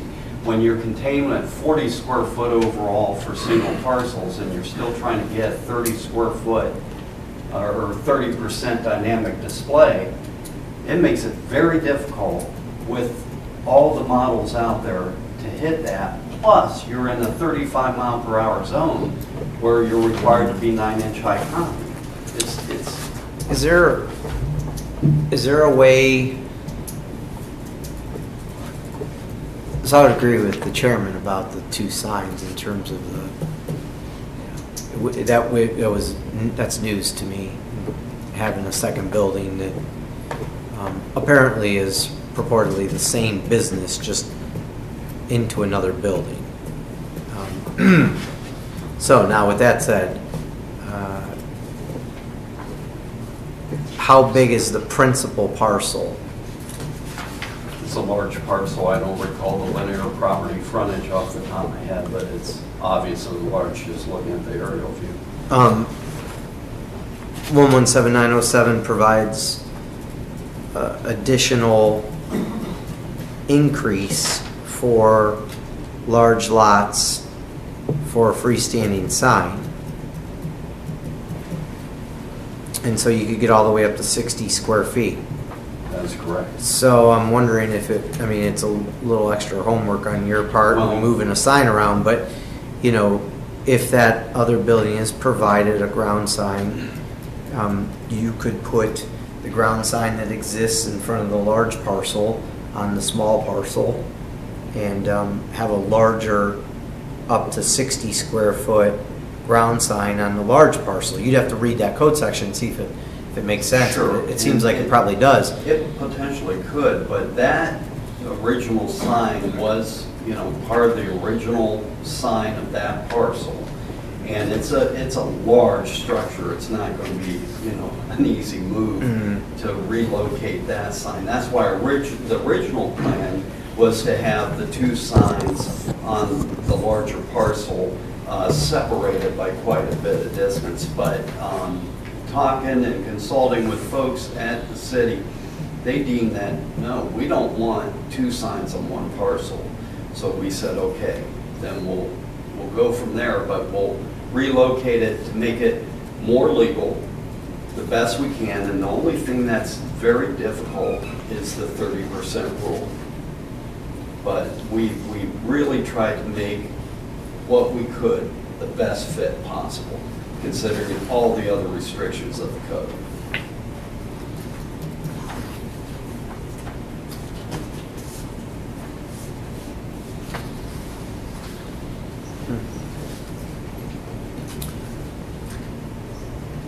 So the option is to go to the DBA for there. That or, yeah, just, you know, have to go with that smaller sign that you don't want to go with. You know, we can't approve it. So it doesn't work, it doesn't, any other issues aside, cannot do that.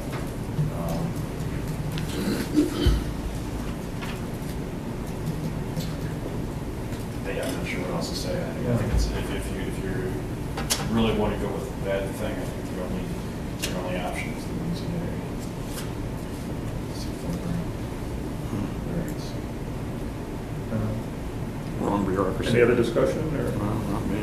make a motion to table that? Table it? Is there a second? Second. All in favor? Aye. Opposed? Would like to see the landscaping and the brick and all that stuff back in the back. Yes, thank you. It's the second floors. Wrong place. Oh, jeez. All right. Next is preliminary site plan approval proposal 33-13227. Chairman, if I could interrupt for a second. Greg from Petros Homes is still there. Do we want to sign the plan? Sure. I've signed it, it's right Just have to do this. Great. Good evening.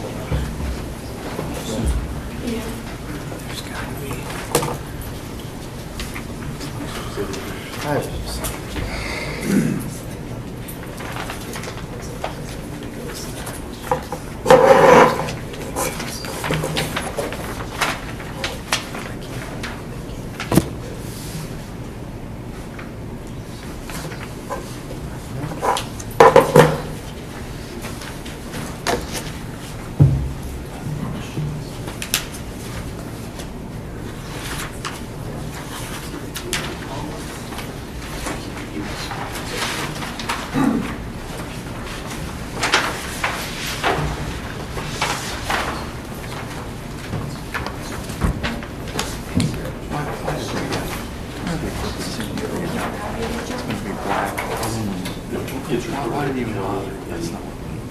Sorry about that. Well, Get your names for the record. Get your names for the record. My name is Jim.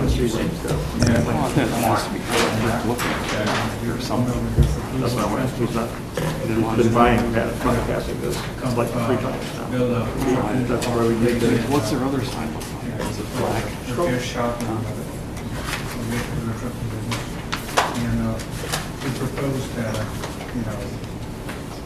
we submit the initial drawing to open a dialogue with the city, actually what they required to allow us, to build parking place and office building and repair shop. So, as I received email from the city that, the building permission department has confirmed that it's okay for, it's eligible for it because it's in industrial district, but still they have some concerns which are not clear because, as I said, that drawing is pretty initial for. You weren't expecting to get full Yes. approval, I think this is. Right. It's enough to kind of, Right. have to come in and talk about it. Quick before we get into it, just because That's fine. just so I can get a better picture of things. On here, it's marked for facility at 8821 Freeway Drive. That's There's already a building there. Oh, that's the neighborhood, I believe, because there's a storage place and there's another warehouse. Yeah, in the middle of it. Storage and it's a building warehouse. So property is nothing known as any trees. And You're, at one point- you're north of the storage place. Yes. Okay. So 821 is like 6 buildings down, that's why. Right. And it's Okay, yeah. South Freeway Drive. There's no buildings. Say anything about tearing it down. Yes, because we already requested the architect and as the city required that, stormwater maintenance. And we do, request to the civil engineer because he's tied up with another project and he can't pay attention to everything. And there's not enough time left, between the meeting and, so he can define us and, being the city, how he can maintain that. So I will try to schedule the next meeting by next month and I hope 99% we can get all the questions, answer for any questions on that. And, Just to get it to the record, maybe we'll have the staff kind of relay their comments here. Will, do you have anything? I missed that one, but yeah, the construction plans all have to be reviewed to meet current codes for the building and occupancy inspection Yeah. for final. major issue I see in the last email, which is they mentioned the wetland and, but, definitely, I mean, if you guys would read for detail, because we already asked the question, so the engineer to explain to the city, how we can handle that issue, because it's in the corner. I believe as if we stand back, if you turn back against the freeway, it's come on to the left-hand side in the corner. So, yeah, we will, get the guidance from the civil engineer and they might have hires and designers to guide how we can handle that part. Well, I think a couple more. Yeah, sure. Get that. Sure, thanks, Chairman. And yeah, you've kind of touched on what my comments were going to be, and it sounds like you're already working towards some answers there. So yeah, certainly the stormwater management and the potential wetland impact, I guess, are the two big questions I have. We would need some information on those two topics, before we can go much further. And it sounds like you're working on that for the next meeting, which is good. We look forward to that information. And the only other comment that I really had is that the plan doesn't indicate what material will be used for the parking lot. Asphalt and concrete is generally what's required. So it then requires like a city-wise, okay, what kind of material would you use just, let's say just for the parking lot? Like it's gotta be ash or it's gotta be? Yeah, I think code requires a solid surface, so it's got to be asphalt or concrete, yeah. Is this all truck parking then? Yeah, those are all truck parking. Would that be, this is all truck parking, would that not Yes. require concrete? Or? Yeah, it could. I think it could be asphalt or concrete. I think so long as it's a solid surface, I'm sure you would agree. Yeah, I mean, they would need heavy-duty asphalt, I would think, so it Well, would yes. break up, but, yeah. Yeah, whatever material, I'm sure it would be a industrial rated pavement section. Right. Yes. So I have, if you allow me, I have a few questions on that. Meanwhile, we are in the process to, answer your questions, which are related to the wetland and also parking on the property. Does city allow us to, my concern question is, not a cleanup, not a general cleanup, there are some trees, how we can handle it?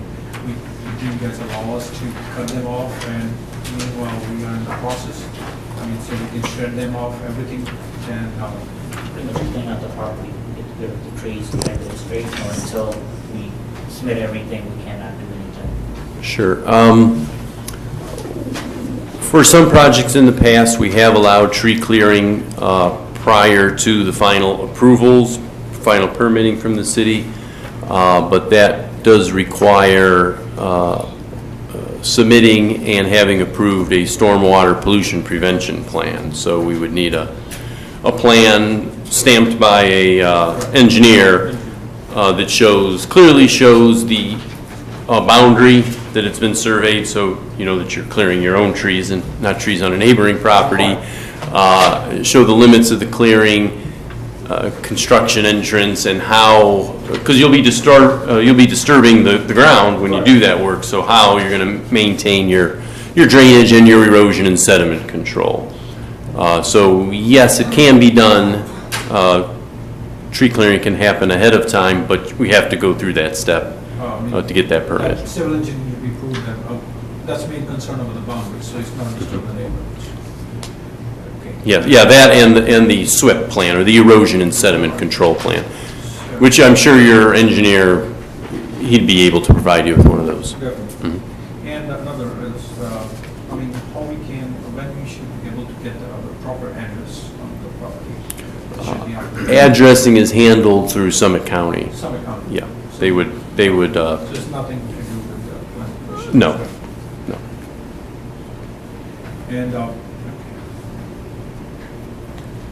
so if we concerned about the offsets, from the front, the city requires that it should be 100 feet from the front, from the front.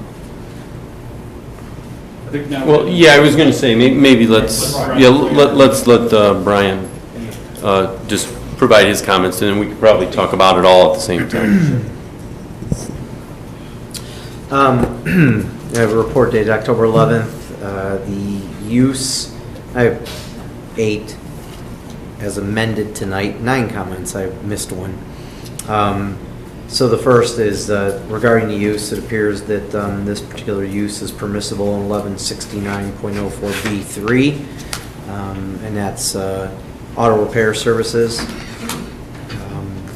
Regarding the off-street parking, it's unclear how many is actually required because I don't know the breakdown of the 9,000 square feet. So for the office, that's pretty easy. 4 parking spaces, off-street parking spaces for automobiles is required. For the 9,000 square feet, you'll need to provide us with a breakdown of what that is. Sure. If my guess is a majority of the 9,000 square feet is probably truck servicing, Yes. with a small component warehousing, parts and things. Yes. So you just need to provide us with that breakdown so we can determine what the parking is. Sure. Your civil engineer can do that. Then your site plan needs to be drawn to scale. Most of it's kind of to scale, but where the truck parking is not to scale for some reason. And the required side yard setback for the truck parking is 15 feet.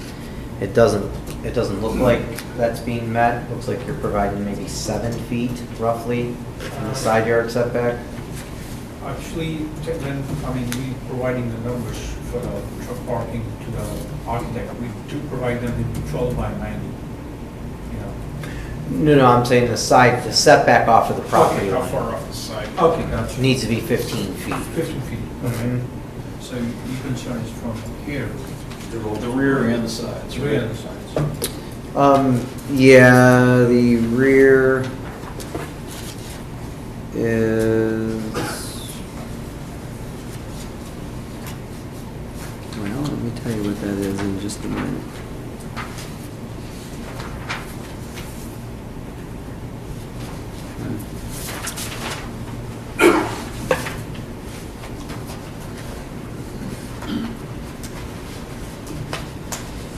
Is the back of this abuts the There's another parcel. place storage or whatever, right? Yeah, Oh, yeah, they have it the does, fence yeah. over there. Yeah, so,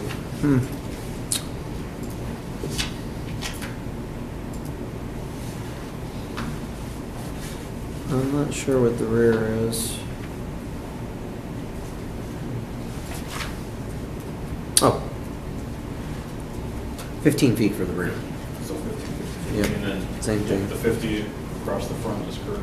Is that, or no, is that?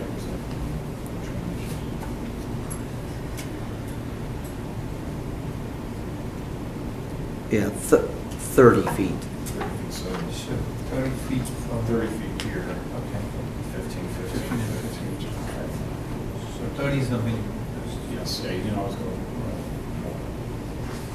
Yeah, because the residential is on the other side, right, of the freeway? The other side of the tracks. Other side of the track? Yeah. There's, Yeah, Well, other side of the both tracks. directions, tracks on one side, freeway on the other. Yeah, the residence from north there.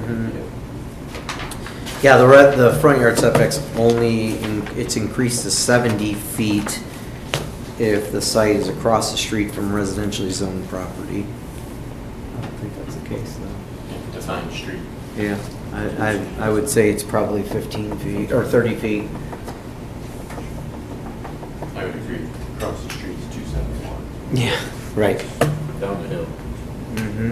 So I think the front setback's fine, the rear and the side is questionable. Just, you need to provide 15. 15, let's go with 15. Then the issue will become, well, once you get it laid out on a scale plan, you need to look at turning movements and maneuverability for drive aisles in the site. So once all that's, your civil engineer documents that, we'll have a better understanding of what's allowed and what's not allowed. And does city have any kind of restrictions already about the fence, that this is the minimum required? If you need to put a fence, about the height? Yeah.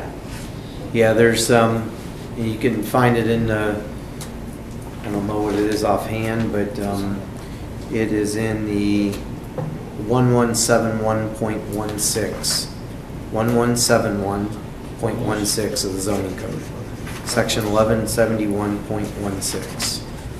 I have your, your civil engineer could take a look at that. Sure. Because that should be documented on your site plan when you provide that. There's different standards by zoning districts. You're in industrial areas, so generally the standards are a little more loose than in a residential area.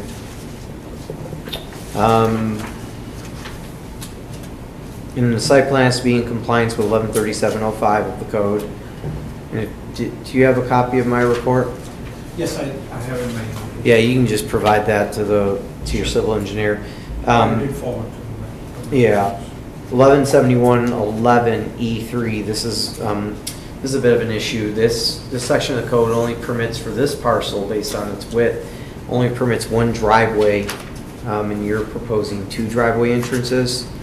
So you'd want to take a look at a design where you have just a single driveway entrance, so you can make it wider, but not 2 curb cuts, only 1.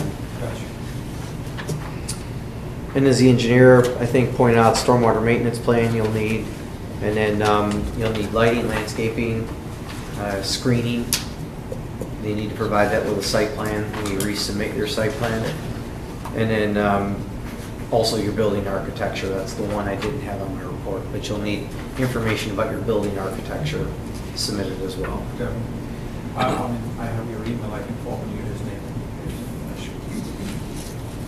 I'm curious about the operations. So the number of trucks here, is this what you would anticipate to have 20, 30, 40, close to 50 trucks on site? Yes, because that's what we're planning. Right now, we're running only a dispatch, but right now we have lack of space. That's we not able to expand our operation, but we are going to involve the brokerage in a few weeks. So that's why So you have existing facility here, or? We don't have a facility, we're renting a space right now. Renting a space. So we only operation brought 12 trucks, semis, we haul produce from California. That's what you From said. GA, East West. So, Mr. Chairman, can I ask a question? Yes, please. I didn't realize that. So, that's a good question about the number of spaces. What's the primary purpose of the property then? Because we increasing, our trucks, number of trucks, and plus, subcontractors, are interested to join us. And we try to provide maintenance, plus, parking space. And plus we are including expanding operation of the brokerage. So, people who can drop the trailers. So number of trailers going to be more than the trucks. So, you're really not a truck service use more than you're a truck and transfer facility? It will be because it's, when we own our trucks and plus the subcontractor who work with us, especially for our personal use, because it's very cost effective if we maintain our own, over there, especially for the general repair, oil, brakes, new tires. And that's why, that's going to be, if we're doing our own, we can hire certified, mechanical there. Sure. Definitely for this. And that's going to save us, cost and labor getting done outside. But the primary use of your property will be a transfer facility, truck transfer facility? That's going to be primary, but yeah, we will develop the mechanical too, yes. Okay, I think I was confused. I think Mr. Francis, just, without a whole lot of description of what the project proposed, we see this, and I saw the truck service and warehouse. My impression was, you got your truck's not working, you come to you guys, and you guys are, you're mechanics. So that's, I think, what when Mr. Francis is reviewing it, but that's not what you're saying. This is, So you're owning your own. Right. Vehicles, you're not a repair shop No. like the other. That was my impression. I'm sorry? Park trucks. Park trucks, yes. Does that, Yeah. let's see if does that change? It does, yeah. I didn't know that, when I reviewed, again, based on limited information. So you're a truck and transfer facility, and an ancillary use on the property is you're going to repair your equipment. And maybe you'll repair others that are Obviously. transferring out of your site. Yes. So that is a different, that's definitely a different use than what I had thought it was originally when I looked at this. And that particular use, I'm not sure is permitted in the general industrial zoning district. And I can't give you that answer tonight because Where would it be permitted if it's not there in general industrial? I can't think of where else it would be. It couldn't be L1, could it? most likely not. I mean, I could track that back to L1 and see what's allowed there. That's even less. It's generally, right, it's generally more limited, although, There's definitely some issues with that. But, because on the other side, when we come to the south mount on the 271, there's another, I mean, they're in the same zone, the Ohio Truck and Trailer Repair. I mean, they're named as that. Where Yes. is that on the? It's on North Freeway. Where's that? Here, North Freeway. I mean, pretty much they're doing the same thing. I mean, they have their facility repair shop, but they're flat milk and rye stuff company. And they park the trucks too. I mean, pretty much hook and drop. They're still doing the same kind of operation what we proposing right now. And maybe one, the city has some problems with that's the one is just kind of I mean, they are just, the railroad tracks are just behind, I mean, but they're a while ago. I would recommend, Mr. Chair, obviously the requesting to be tabled because there's just inconclusive information about the site plan and such. You would need to do more work on that regardless, but what I would encourage the applicant to do is define out their use, maybe in like a cover memo to the city building department that defines their use, what exactly you're doing on what you're proposing to do on the property, hours of operation, that sort of thing. Sure. That would be helpful, I think, for us, because again, I was definitely confused as to when I looked at it compared to what I'm hearing now. I mean, pretty much it's not transferred physically over there because the receivers are like Giant Eagle and the Cleveland Market in our downtowns. So they just come and, when they bring the product from the west to east. So obviously, and let's say the driver reached today and they're delivering next morning, so they have to park here. And they take the vehicle next morning and just go and deliver the product and bring it back to the yard. So, I mean, we're not moving physically inside that, that stuff over there because obviously because we're moving all refrigerated products and we're not building any kind of, cold storage or any refrigerated warehouse down there. So, because technically we're not moving It's going to be anything. most like a hook and drop, trailer coming, truck coming, Loader trailers this truck coming. is broke down, this is going to take another truck. Yeah. Right. I guess maybe, Trey suggested, maybe, try and describe what the real operation is, submit that to the city so that he can make a better determination. Because, when he said that this is permitted use, that was with a different idea of something going on there. And all this only it may still apply, but it may not. We don't want you going down a long road of having someone here start going like crazy and realize that we've got a use that's not permitted, and we don't want you to. So that thing we need to propose, describe to the building department? Yeah, instead of the building department where you went and applied to come here tonight. Sure. Take that to them. They'll review it. They'll give Brian a copy. He'll look at it and give you a notice when once they've looked at that, we'll decide. You can decide. Okay, now we're coming back, or is this not permitted use? And just what are your options? But I think that's the way. Yeah, I mean, they definitely need to describe out what the use of the property will be, primary and secondary uses.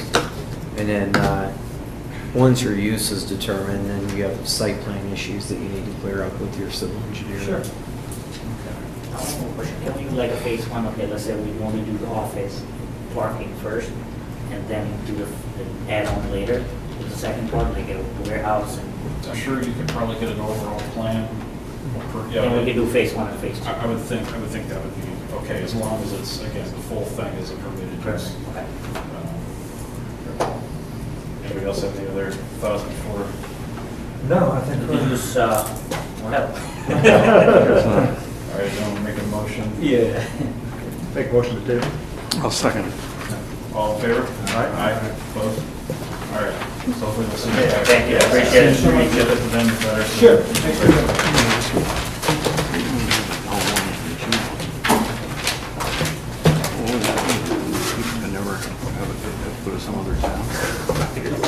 All right, drive-through windows in the airport. Okay. All right. Distribution facility. That's in the G1. That was a while ago. Yes, that's what they We're back. We tabled it ourselves. Well, why don't you give a quick overview of what the proposal is? Well, basically, we're not adding any square footage to the existing restaurant. The side, or what you would call the side drive, that is turning into a driveway, is currently a very adequate and substantial driveway. Currently, we're going to turn half of that, if you will, or a little less than half of that, into a dedicated drive lane with put a pre-menu board and a ordering board in, and take a portion of our current front landscape section and extend that drive lane across the front of the building for the pickup lane to be within and under what is now the tower element, if you're familiar with the building. Take the window, the big window, just to break it up to match, put the drive-through window in, exit the drive lane, call it a day. Your previous proposal had it on the other side of the building? No. Is it on the back? It's always been over here? So I thought there was issues with The comments from previous. Not that it necessarily matters, but this is the issue. The couple of comments from previous were relative to the parking stalls that are currently here. Right. And we're proposing to dedicate those for employee parking rather than public parking, because the employees will be there for their entire shift rather than people going in and out. So we proposed to do that.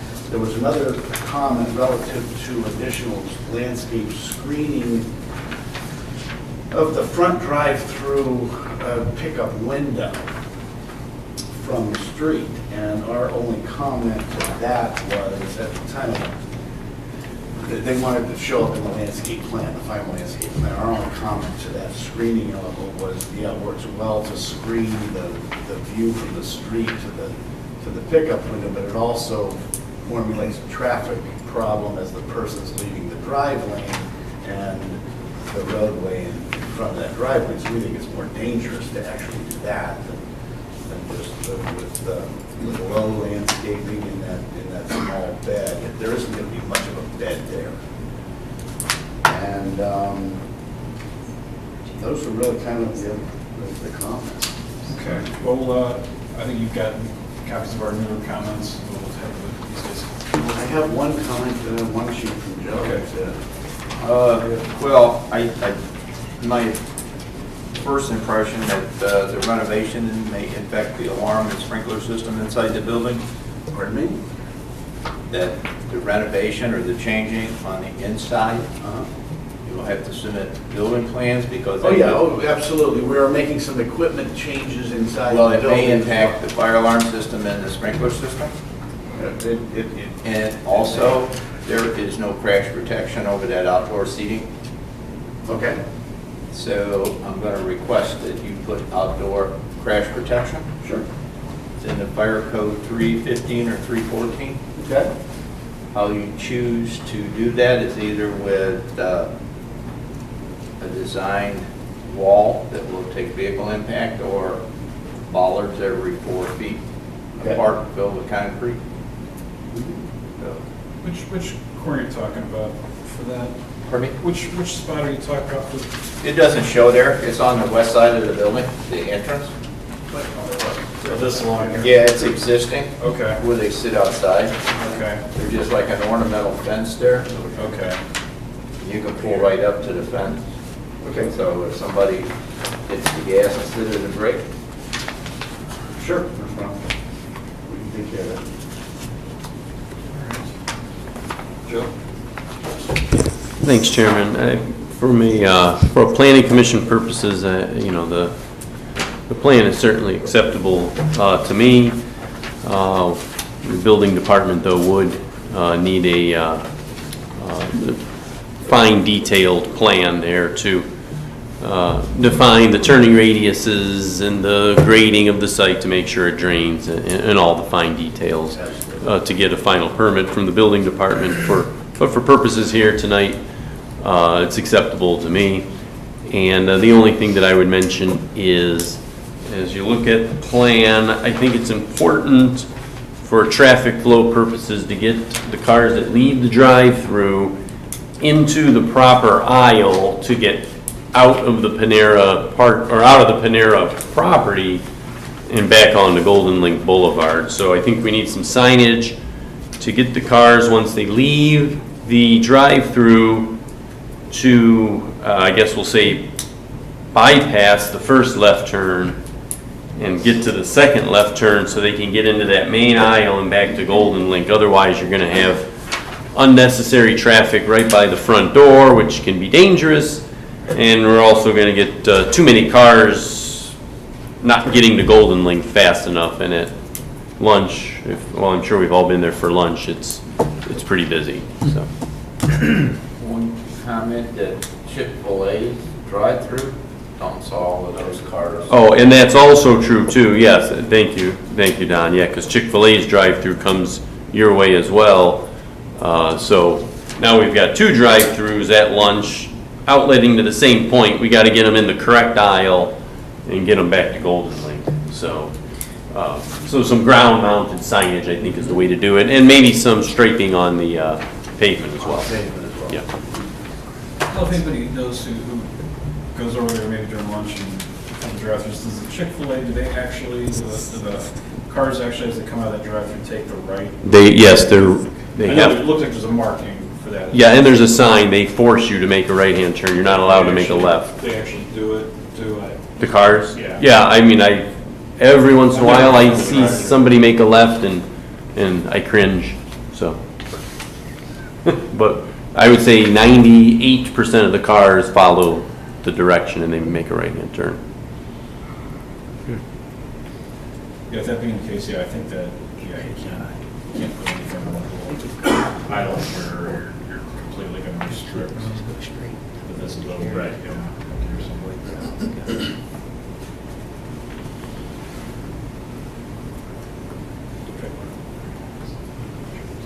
Francis got any comments? Oh, yeah. So I have a few comments, and I apologize. I did my report Friday night into Saturday, so you wouldn't have them because they just came this morning. The staff just got them. So, but so just a couple concerns. The dumpster area along the side of the building that exists, where you'll have stacking. I'm not sure how that's going to work. Do it all at night. Lock up. You won't stack at night? No, we're closed. So it'll all be done after 10? Correct. Yeah, because we realize that that's a conflict as well, so we'll be scheduling them. We don't have to schedule them now, but we'll be scheduling them after closing. You know, an alternate method could be moving that dumpster area onto the site south and eliminating those 7 parking spaces that are employee restricted spaces. And those don't really get used that often, nor does the first 7 parking spaces in the 17-row parking spot to the south. You could move those employee restricted spaces south, turn that into green space to make up for some of the green space that's lost up front, and move your dumpster down at the end there and not have to worry about restricting your dumpster collection hours and screen it with a material similar to the building, that could be an alternative to what you're talking about. Maybe review those cost implications with the owner. Yeah, and then the other thing, I wasn't quite sure when I looked at the architectural details, but maybe you could tell me what exactly, this is the dumpster area I'm talking about? What exactly that is? Those are awnings. Are those new? No. Those are existing? They should, well, they've probably been switched out since. Okay, because there was one in the front too, it didn't look like what currently existed. They may have been switched out, they were probably switched out since those plans were created. They were planning, besides the changes in the drive-through, you were planning any other exterior changes to the building. I think that's, A window or something that's That's I think that's the side window that gets filled in, because it then becomes, if you look at the interior layout of the building itself, the floor plan, you'll notice that on the left-hand side of your upper left-hand corner of your drawing, that area becomes, it becomes not dining area anymore, it becomes an extension of kitchen equipment. It's actually the drive lane or drive-through. So the window's on the extreme left-hand side of your plan. The other window that's getting blocked up is on the upper section of your plan, because there's kitchen equipment. It's the back of the kitchen now, so there's equipment inside. So the window will come out. would you consider possibly putting like a fake window? Keep it, place put of that? spandrel glass in? Sure, do Yeah, that. because I'm just, looking at here on Google, this is a reference.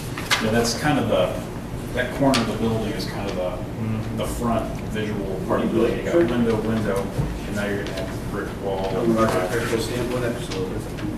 And also, I think if you pursue the trash enclosure moving, it could be an opportunity to put something else, maybe it's another fake window there where the trash thing is at, to try and. Well, again, yeah, we can consider that for Consider sure. that. It's That would be an economic thing. I'm sure it is. It would really help make that side look a little bit, taking away kind of the focal corner of the whole thing. One window, I think, would go towards that, or maybe you could do something with in that area if the trash enclosure is there. Okay. And I'm wondering if it has to be spandrel glass or can it be full vision glass? I don't know what's on the other side. Kitchen. That's, any place we have a dining room, we have windows. When it gets to the back of the house, kitchen area, windows are. No windows on the kitchen? No, it's all equipment. Up against that area. Okay. What about that corner that the chairman was talking about? Could that be vision glass? No, it's all equipment as well. It becomes new drive-through equipment. Like I said, if you refer to 0101, you'll see that it's all equipment, and it's not just countertop height equipment. It's tile on the wall now. Sure. Because is it seating right now? Okay, that's. The last comment in my report, Mr. Chairman, was about that exiting, a stop bar or some sort of painting on the ground, similar to Chick-fil-A's markings. But I'm real curious, that 24 feet of pavement, that's not two-way traffic, is it? I mean, I guess. I don't know what they use it for at this current I think it's. time. I don't know whether they do it or not. Did we arrow it out? Technically is two-way traffic today, although it gets very, very little use. Yeah, and I'm just wondering, I mean, I think it technically is two-way traffic, is. I would agree. It is. As a frequent customer of Chick-fil-A at Route 8, I don't see that really getting used all that often, and Panera, by the way, but in the morning. I don't see that getting used all that often, and I'm just wondering, do you really need 24 feet of pavement? And who I mean, is that under the ownership of Panera, that piece of that? Because if you were to go in the opposite direction, you're not gonna go anywhere in that access drive, because when you get to to. be a one-way. Once we've turned it into a drive lane. Right. we prefer it to, well, we're gonna arrow it such that it's a one-way. Yeah. Because in most municipalities, typically, they'll want to have an escape or a bypass lane. So Yeah, we end up struggling a lot of times to actually put the extra lane in there. I forgot my wallet, I don't want to order when I ordered, like, get out of there, that type of thing. Seems to me that, Well, it's truck deliveries. if there's only one-way traffic, you'd have much more ability to work with the space than what you have. Are you talking about the north-south lane or the east-west? Okay, well, yeah, the only thing there to consider is that's the interconnect between the various parcels. Right, but Now, it doesn't get a go lot of anywhere, use. it doesn't go anywhere to the other direction, It goes to Chick-fil-A. but dumps into their one-way traffic. But no, it's It's not, no, west. right here, Brian. It's not one way right there, see, Chick-fil-A has two lanes, two arrows. Yeah, it's only one way. As you come out of their drive-through, you have to make a right. But as you make that right, you enter two-way traffic. It seems like you're losing a lot of seating. It's rare. It goes all the way over the drive-through route. Yep. Right, no, I know. And So so yeah, this actually can't be reduces one way without people that Chick-fil-A come in. Agreed. agreeing, which they're not going to agree. Well, they may be, but you know, I think it takes another access point away from this. This road, we're removing something. What's the one, what's the one way we're talking about here? They want to make sure this is the one way going this way? Yeah. Going straight Yeah. west. Speedway. Going straight west. Yeah. Does Chick-fil-A come out here too? They have to come out. They have to come down this road? If they go through the drive-through, Oh, not if they park at the parking so lot. Chick-fil-A is right here, Yeah, it's angled this way, and they're drive-throughs on this side. and they come right out this road? Right. They're not allowed to. I'm not sure that we can, Narrow driveway. certainly not in this, right on the spot here in this meeting, because that's an interconnect that was originally designed for all three parcels. But it's just the drive-through people. No, I was talking about that east-west. You're talking about the east-west, right? And there's, So Chick-fil-A, it says one way, or this way. I didn't even- That's not yours? No. That's not yours. No, I think that's part of the Well, it's on your parcel, but the original overall plan of the subdivision called for a two-way interconnect right there for all three of those parcels to use. So if you want to go from one to the other, you don't have to go back to Golden Lake. Come out there and drive. Yeah, I think we're Very similar to what's behind like Pizza Hut zone over there on 82. There must be, yeah, there's 10 parcels in a row that have that rear interconnect. Oh. Right about yeah, I just can't see anybody coming through the Panera parking lot or Golden Corral to that access drive to get to Chick-fil-A. Yeah, no, But people it's rare. dumping out would be Yeah. very. Originally, there was the intention was to have a ring go all the way around. Remember, Mhm. this is one of the first things when I was starting the planning commission. I think it was probably you were in the building department at the time. If you look, I'm looking at Google aerials. Mhm. Chipotle's got a line going around it. It used to, I think, connect right up to the side road going around Chick-fil-A, and then they modified it to change their drive-through. Yeah. And I think we allowed it because, after looking at all these things and all these interconnections, started thinking, that was a good idea, almost to have this ring road going around it, but it's just not necessarily being used for that. There's not a lot of, since they're all restaurants, if they were different types of uses, you might have cars going from one to the next without having to get back on. A lot of it had to do with not getting the exit onto Route 8. Yeah, So we right, all- so we had a ring road going around. I mean, yeah, if something ever came in next to Chipotle, it was supposed to connect to that stub at the end of Chipotle. Yeah. I'm not sure who has the authority, which property owner, can approve if something was changed there, but I think some definite thought needs to go into how these things interact, because Chick-fil-A's drive-thru is relatively busy.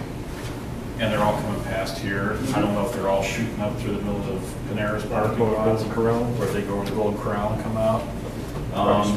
But you've got a lot going there. I think it's kind of defeating the purpose of the ring road if we don't allow cars to go this way, but I don't know if there's really a point if anybody is really using it in that People don't go to direction. Chick-fil-A though. Right.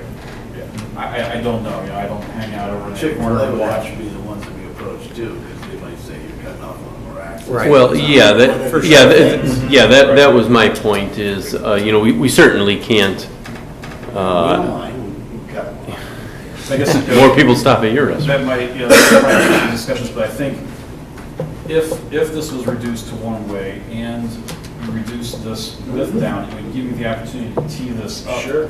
And now instead of looking back like this to see if anybody's coming from Chick-fil-A or not looking back and getting hit, Right. you could at least pull up and maybe it's a 30-degree look instead of 150. Might give you a better opportunity. Is this actually the developers? That, I don't remember. No, they're all, each part of that ring road is owned by each individual property owner as you go. Put it in. Yeah. Correct, Cut off yes, their that's access. correct. You probably have to get some of it. So I mean, I think, a couple things, look into the architectural things, but I think there really should be some discussions. Yep. I think you See start if at they- the end and work your way our way. For, As far as, As far as cutting on, like I said, cutting on Chick-fil-A, Yeah. I mean, they're gonna be the ones. sure, yeah, if we were to allow such a change to the traffic pattern, we certainly would need consensus from, at a minimum, Chick-fil-A or possibly the shopping center as a whole, because we're changing the original overall plan, so. And really, I think we'd be cutting it down only to 18 feet, would we not? To allow you to get in. I don't know what Chick-fil-A had going on the other day, but the line was so big, they had the road blocked to the Golden Link Boulevard was blocked. The No, that's line was every so day. long. At lunch, it's Yeah. every day, And every it's, day, yeah, and dinner their sometimes. drive-through is much shorter They than a were couple run years out of ago. chickens or something. It's a holy cow, how did they get through? Yeah, they do unbelievable business. They do. The cross-access requirement is in the development, the criteria for development. It was approved by the city and the original developer, the Bartlett. Yeah. So who owns the development? Or are they all parceled off? I think they're all parceled off. The Barlow was bought by Simon, so I don't know if they still have the control.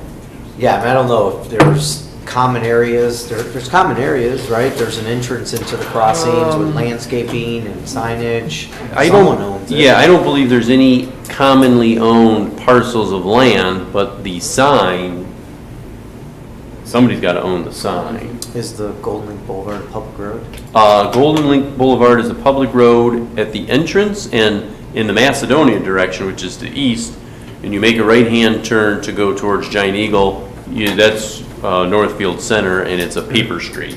And it's not even called Golden Link, it has an unusual name, I forget what it is, but, so it's public to the east, private to the west. I mean, it seems to me it It's would public all the way to benefit Great Escape, yes. examining, limiting that to one-way traffic. I think it's potentially a good idea, I don't know, we can make that decision. Not right here tonight, no, you can't make it tonight, I'm just saying, I mean, that's what we do at this level, is plan, right? I mean, that's what the planning commission's main function is. And it seems to me that it would be a much safer approach, having that be a one-way access. I'm telling you, nobody's clamoring to get to Chick-fil-A through the back part of Panera or Golden Corral. Yep. It's a convoluted way to get in. Sure. Well, I can probably find out who the developer currently is. If there is Yes. one. I'm sure you mentioned the sign and stuff like that, I'm sure we're paying a cam for something. Yeah. And, Yeah, there's gotta be some sort of I a- can track down through the contact, who the contact might be, and maybe you guys, as the planning commission, can reach out to them and say, you know, So how that would actually work through the ownership. So, for instance, in Macedonia Commons, if somebody wants to alter the approved criteria for the commons, they have to go through the developer. So let's say let's say Sprint wants to approach the owner of the complex and say, I want different color on my signage. They would then, the owner or management would approach the city and say, we'd like to amend the criteria to include X. The same thing would work in this case. So it would come from whoever the ownership is. I'm not gonna rely, it would end up, I think it'd be may I requested of you. recommend it would be. Yeah, it'd be a request, I think, from. Chick-fil-A or Panera, would you guys consider? Yes. But I think it probably initiates with you, not the city, to ask the developer and Chick-fil-A. Because it's not, we're not proposing to put a drive-through in, you are.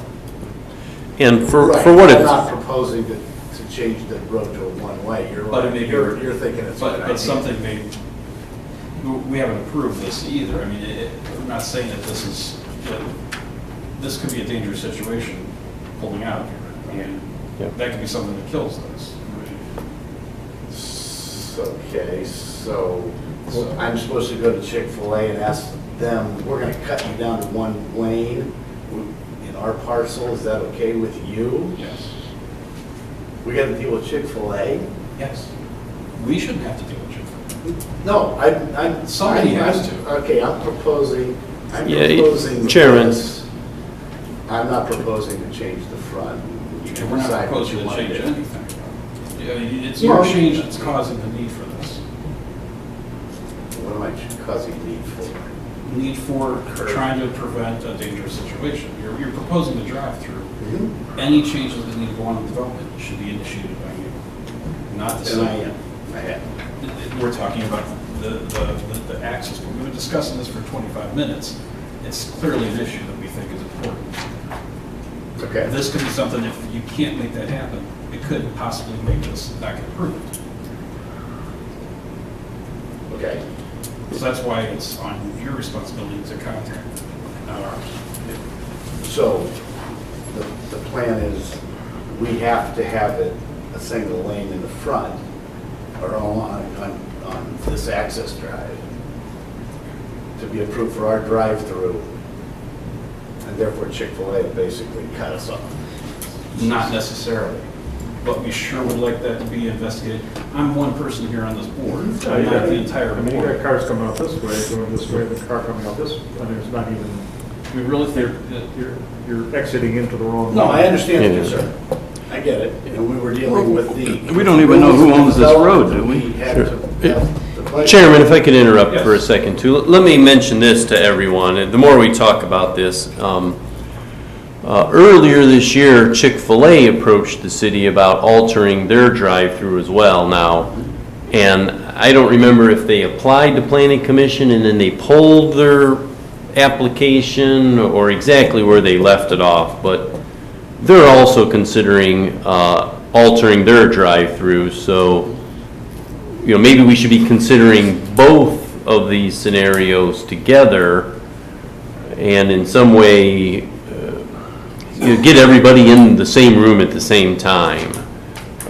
This way we can look at the overall drive-through situation for both of these, both Chick-fil-A and Panera. I don't necessarily have a problem with that, I'm not trying to be argumentative, we're just dealing with the rules that are presented to us through the development agreement. Right, So, and that's all we had to work with. And so you have a request that's come forward to the commission, they're reviewing. As part of their review, they're looking at a number of factors: aesthetics, architecture, traffic safety. This seems to be what we've, spent the last 20+ minutes on, is the traffic safety issue. Sure. There is enough of a concern as you exit out of the drive-through into two-lane traffic that there could be conflicts. Now, as I pointed out, I don't think there's a lot of people clamoring to go that direction to get to Chick-fil-A, so you're probably not going to have a lot of conflicts, but it does exist under that configuration. And And so whenever you have an opportunity to, you know, really plan ahead and kind of look at the bigger picture, I think that's this commission's job, and they're seeing this as, at least the chairman seeing it as, hey, we should look at this traffic safety issue. Dan Stanko owns the Chick-fil-A. He's a really friendly guy. You guys could just approach him and say, hey, His contact information, I think we can do that. Yeah. It was just not brought up in any review items. And I think for the it's conversation. not So- just, right, it's not, I'm not just worried about the eastbound traffic being in conflict, that's actually visibly easier to see. It's the cars coming out of the Chick-fil-A drive-through, that you're coming out of this driveway, you're supposed to get in that same lane that they're. Yeah, you have to look 180 degrees That's the behind you. direction that I'm worried Yeah. about, not so much the opposing. I agree, that's my share too.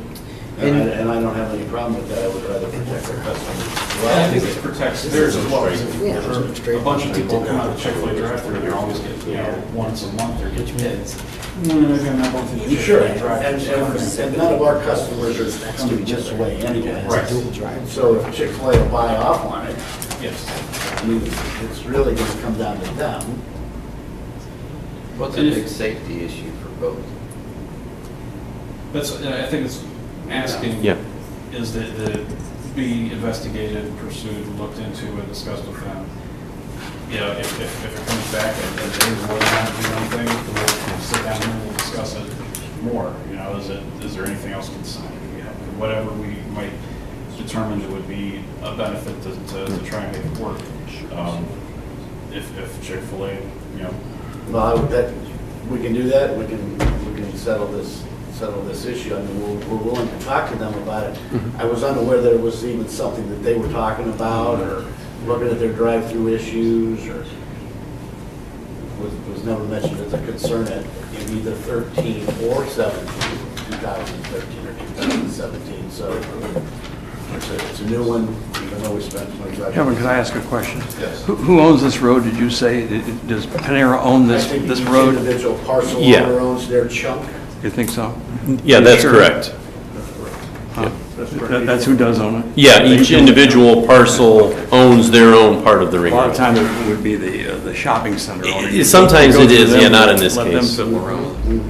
But you probably So I still think can't Mr. share. Stanko's information, we'll get a roll on here and see if we can get it done. Okay. I kind of like the idea of getting everyone together. How could that happen? Well, yeah, and here's what I'm thinking, and Chairman, you let me know your thoughts. Do you think it's beneficial for all of us if we get Dan Stanko and yourself and whoever else from Panera, and you know, we could meet here at the City Hall, and if you want to be a part of it, or we have the mayor be a part of it, Chairman, it's up that to would be you. good. But I don't know if we want to have a giant work session with everybody, you know.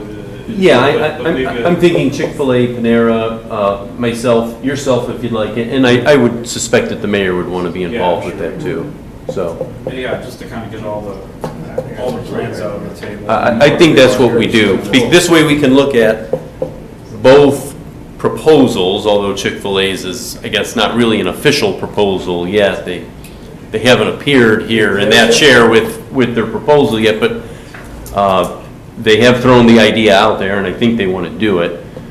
So I think we look at the whole thing overall at once. What idea did they throw out? What's the best way to? Did it deal with this lane? No, it did not. Right.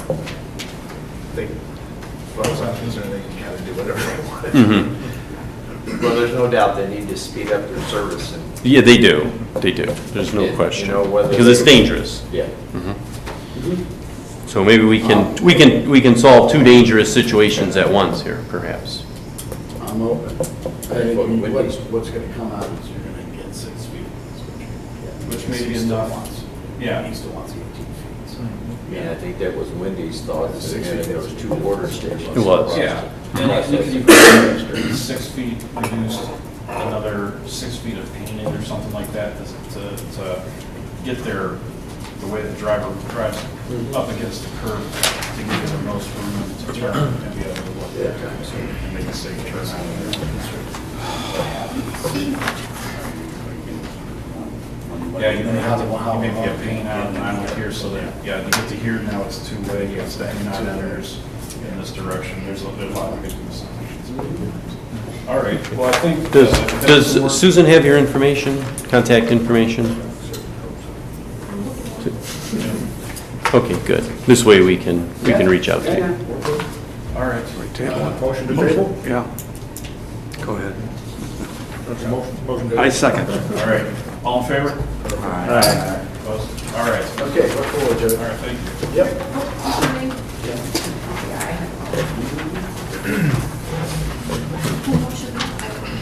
Suppose our.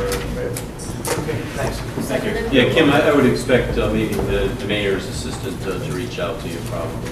Yeah, we want to expedite if we could. Sure, I'll let them know. All right, thank you, even though it's been 4 years. Mine is signed for protocol. There, still waiting right there. Yes. I'm just thinking next time we should turn this into a potluck. My name is Amy Noble. I'm an agent of Alex Sign. You're representing the signage for Coca-Cola. I have Alex Gardner with us this evening. He's training a session. All right. Lucky you. Takes a good one to come to. Yeah. I'd like to do this. Okay, yeah. Drawings.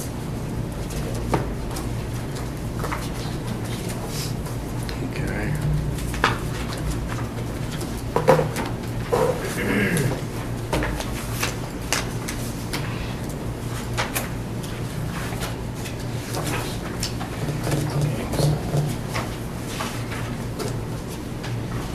All right, why don't you give us an overview of what's going on?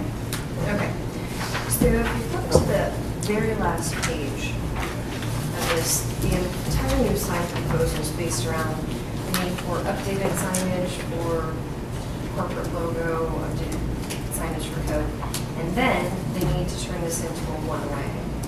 So on the north entrance, you come around the building, one-way passage, all the way around the outside is one way, and then you come to a gate, which on one side says keep or open, and the other side says do not enter. So that's the entire purpose behind the sign package. Furthest to the right, so I believe so. the right end This is the north, in, this is east. and the left side is the out. Yep. Where's the gates? Sorry, that little white line, that's the. Yes. All right. Actually, it's Oh, okay, that could. yeah, 16 and 17. So, we go through the signage quickly. I did see your comments based on your 3.34 square feet over on the replacement sign panels for the existing 2 monument signs. I had them shorten it to make up the difference. Yeah, it looks like you're already, so you're at or below the, Right, so you're good. for the entire property. So we just made those panels a little bit shorter. Told them I didn't want to do it.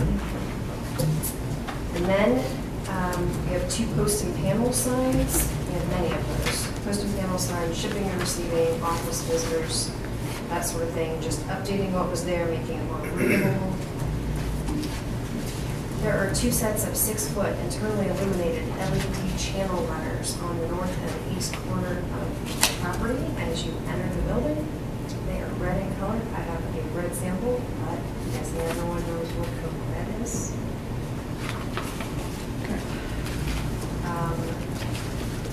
Another post and panel sign. This one's smaller, right in front of the gate. Followed by vinyl copy, transom letters, office, door. Rest. This one is employee drivers only, gate sign. These are all non-illuminated, basic signage, just identifying everything. Dock numbers. These are the 4 signs that wrap the back of the property saying one way. We have the do not enter sign and stop in front of the gate on the south side. This one's actually on the gate from the inside, pull forward, gate will open, the backside do not enter. That's the sign package. Any questions? Comments? Just general note that Coke only originally occupied half of this building, so they had submitted plans, they've done some remodeling and demos, so they still have to complete some of their work, so we can do a final occupancy on that and sign off, so. Just for general knowledge. Okay. All right. You're okay, I assume, with the flow and the fence and the gate and all that kind of stuff? Right. Both of those gates are electric motorized gates that are horizontal. I required them to put our Knox box key switch on those, so if they close those gates, in the past, sometimes they were closed, sometimes they're not. So that allows us access without destroying the gate. Yeah, so if they reinstitute closing those gates, then I'll do that as part of my final to verify what they're gonna do with the gates and make sure that they still operate on the key switch. I'm thirsty and I could use a Coca-Cola right about now. Other than that, no ornaments.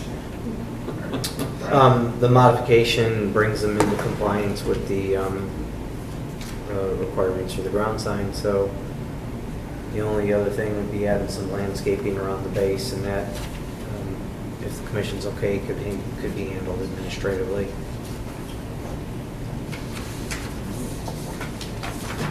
I did not have a chance to pass on that piece of information. I can ask them if you request. Let's get the details. Low-lying shrubs and things. Sure. Just got a question, man.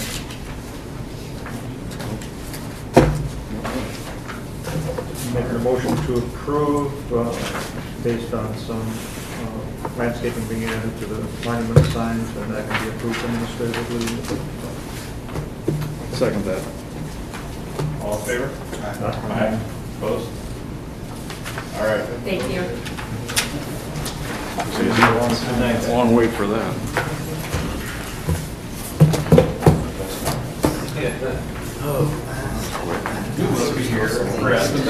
Yes, I am. Wow. You didn't have a beard when you started. Doing all right. What was that? You added the beard while you were waiting. Yeah, right? My name is Robert Stricker, representing Image Press for Aspen Dental. Okay, you probably know the deal.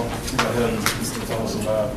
Well, we're looking to propose putting on some vinyl graphics on the windows of Aspen Dental. You know that in your code 1179.07F4A, it says you're allowed to have 25% coverage. So we tried to limit it to that. It's pretty straightforward. We're using a cast vinyl. I believe what they're going to be using is 3M IJ180, which is pretty much standard for exterior glasses or glass surfaces. So, and the rest of the signs, I think they're all up. Oh, Like the they're- actual signs are up, those Yeah, are those are approved. pre-existing, The yeah. monument sign was approved, just to Definitely. remind everybody, yeah. This is just the window graphic. Yeah, these are also not going to be permanent. The material's rated to go between 5 and 7 years. Aspen Dental usually swaps out their graphics every 3 years. Sometimes a little bit more, sometimes a little bit less, but of course, it's a process. Yeah, I think it's kind of interesting is you get the free exam x-ray and you got to put the disclaimer over here. Of, up to $170 value and a certificate. Got to stick that everywhere, I guess. Don, you got any comments? Nope. Brian? Just me. Yeah. So, bottom line, the tenant space was developed to its full potential for signage. And so, this window signage is included in the total overall signage for the tenant space. In other words, adding any window sign would increase the tenant space signage beyond what's permitted. So you can't add any under that scenario. but it's a corner unit, has frontage on Waters Drive, and so you could potentially have more square footage for that frontage, but you need to provide that calculation. There's a requirement in the code that gives you secondary frontage, square footage, that would go to the building owner, which I think is Aspen Dental. I think they're the ones who developed it. And then they divvy it up amongst the two tenants, themselves and Starbucks. My hunch is they give most of it to themselves. And so you could potentially get some more square footage that way. The other thing is the 25% requirement is per panel. So it's not, I have 100 square feet of glass on this frontage and I can have 25 square feet. It's the panel square footage and 25% of that. And then the third thing is, which allows for small graphics. Because the idea is that it's vision glass and you can see through it. See in and out, light comes in, light goes out. And then the other thing is the window glazing. I'd be concerned that that's going to be able to be approvable. It's in the town center district. You'd need a review by the city architect. I would contact the mayor's office to determine who's doing those reviews now in the wake of the city architect's retirement. I'm not sure who that is now, but complete glazing of the window, my guess is not going to be permitted. I'm not familiar with that. What is that? It's a covering of the entire window. But this material is made for that application. Specifically made for that, doing the full coverage. As long as you put it in during the right temperature, there's no possibility of any issues with the window. If you put this material on, let's say, January, middle of January, you may have some problems. What does it look like? I mean, is it? Well, it wouldn't. Is it? It's an opaque material. Wish I had some. I would show you guys. It's basically just a gray backed printable. It's like a sticker. It's basically a sticker. Okay, so block out the view. Yes. Through the window. Yes. Through those windows, it would. What's going to be behind these windows? Is this waiting area? I believe so. Yeah, it's all waiting area. Is it treatment rooms? I Is don't it know. on the east side? The windows on the east side? I believe it's.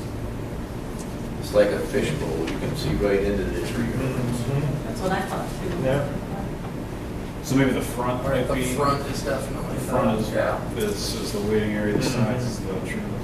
I mean, I can understand why you might not want to have visibility in there. To the treatment rooms. Especially when the cars stack up to go around to Starbucks and they're sitting there waiting.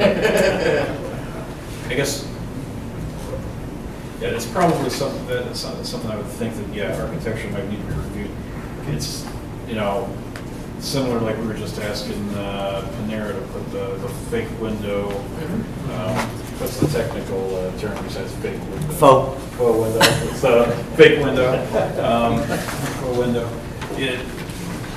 I'm not sure. I can't picture what this necessarily looks like compared to those which are essentially. That would definitely be something I think that the architectural review would probably. I don't know if you've got something with a picture of that somewhere else, or maybe the mayor wouldn't even have to know that we have a picture, or if there's another possibility. So I'm not. I don't think that the intent of the window glazing graphic is to cut off the poor person from being seen getting a root canal. It's more of a marketing thing. I mean, this is what Aspen. Stickers, the graphics. But it's only on 3 windows, so you can still see in the other windows. Or you're glazing the other windows. No. Oh. No. Yeah. Oh, It's just those windows are wide open? Yes. Oh. So Okay. I think that's something that's up I'm for confused. review by the, city architect.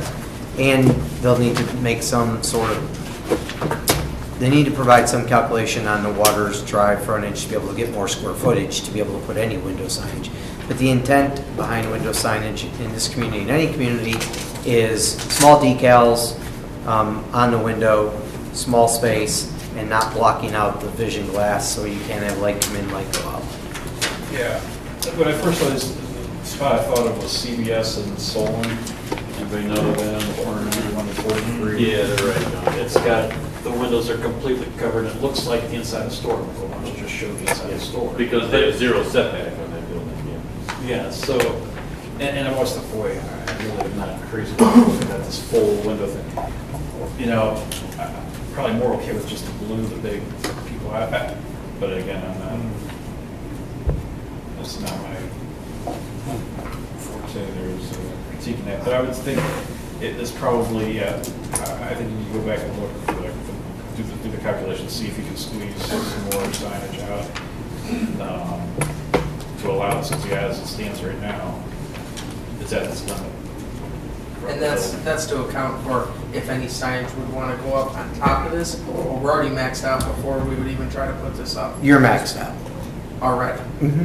Okay. Yeah. Okay, so nothing more until we go. Yeah, they were at their, that's what, That and I makes put in sense. my report, none of this was mentioned when they did their original signage a few months back.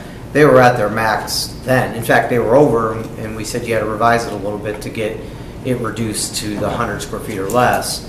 So they're at their limit now. To get more, they're gonna need to get some percentage off their corner lot status, which I think they can do. They just need to tell us what that calculation is. And then they'd be able to probably get some window signage, A. B, I think you'll need to tackle the issue of the architecture through the mayor's office about glazing and covering the entire window. Well, I'm sorry, no, I'm gonna cut you off. Because I just don't know that you'll be able to do that architecturally. Percentage-wise, it's questionable as well, but certainly from an architecture standpoint, it's. Yeah, percentage-wise, for saying it's by panel, it's not just by, is it saying by this is a, sorry, I'm pointing to something you can't see. This being a panel or this being? Second. The second, so. 25% of that. 25% of this, 25% of this. So hypothetically, if I went and got that, I don't know, would you call that a variance to get that extra signage on the building? Would I then, if I came back with a different layout that was only showing 25% coverage, that was still inside of our new allowable amount, we would be okay because I'm not glazing the entire window? Not a variance, it's just here at the planning commission. Okay, fair enough. Yeah, you need to provide the calculation of what your building frontage on, your tenant frontage on Waters Drive is, and that'll give you some additional square footage for your overall building signage. And then, as long as you're within that and you're within the 25% coverage per pane, you'd be okay. To get more than the 25%, that's when you would need Go for a variance. Fair enough. You could probably, if you get the, actually, you could probably put just like the guy's head. Yeah, that's right. No body. Exactly. Anybody else have any other thoughts on these? No, I guess not. Motion to table. Motion to second. All in favor? Aye. Opposed? Thank you. Sorry to wait so long, sir. No, Sorry. Guys could have just told me no and I walked in now. No fun? We didn't know. You gotta be here, you gotta. I gotta go back to the diner now. You guys have a good one. Mr. Chairman. Yes. Before or after we adjourn, I'd like to address. If you'd like to address it, probably should do it during the meeting, go ahead. Yeah. Just to try to shed some light and history on all of these occupancies and where all these are coming from.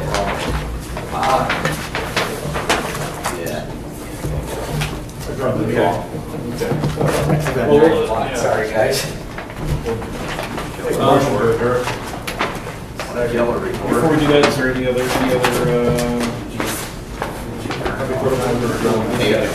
all right, all in favor? Well, that needs turned off. Yes. We're adjourned. Okay. Okay, got it? Red light. Okay.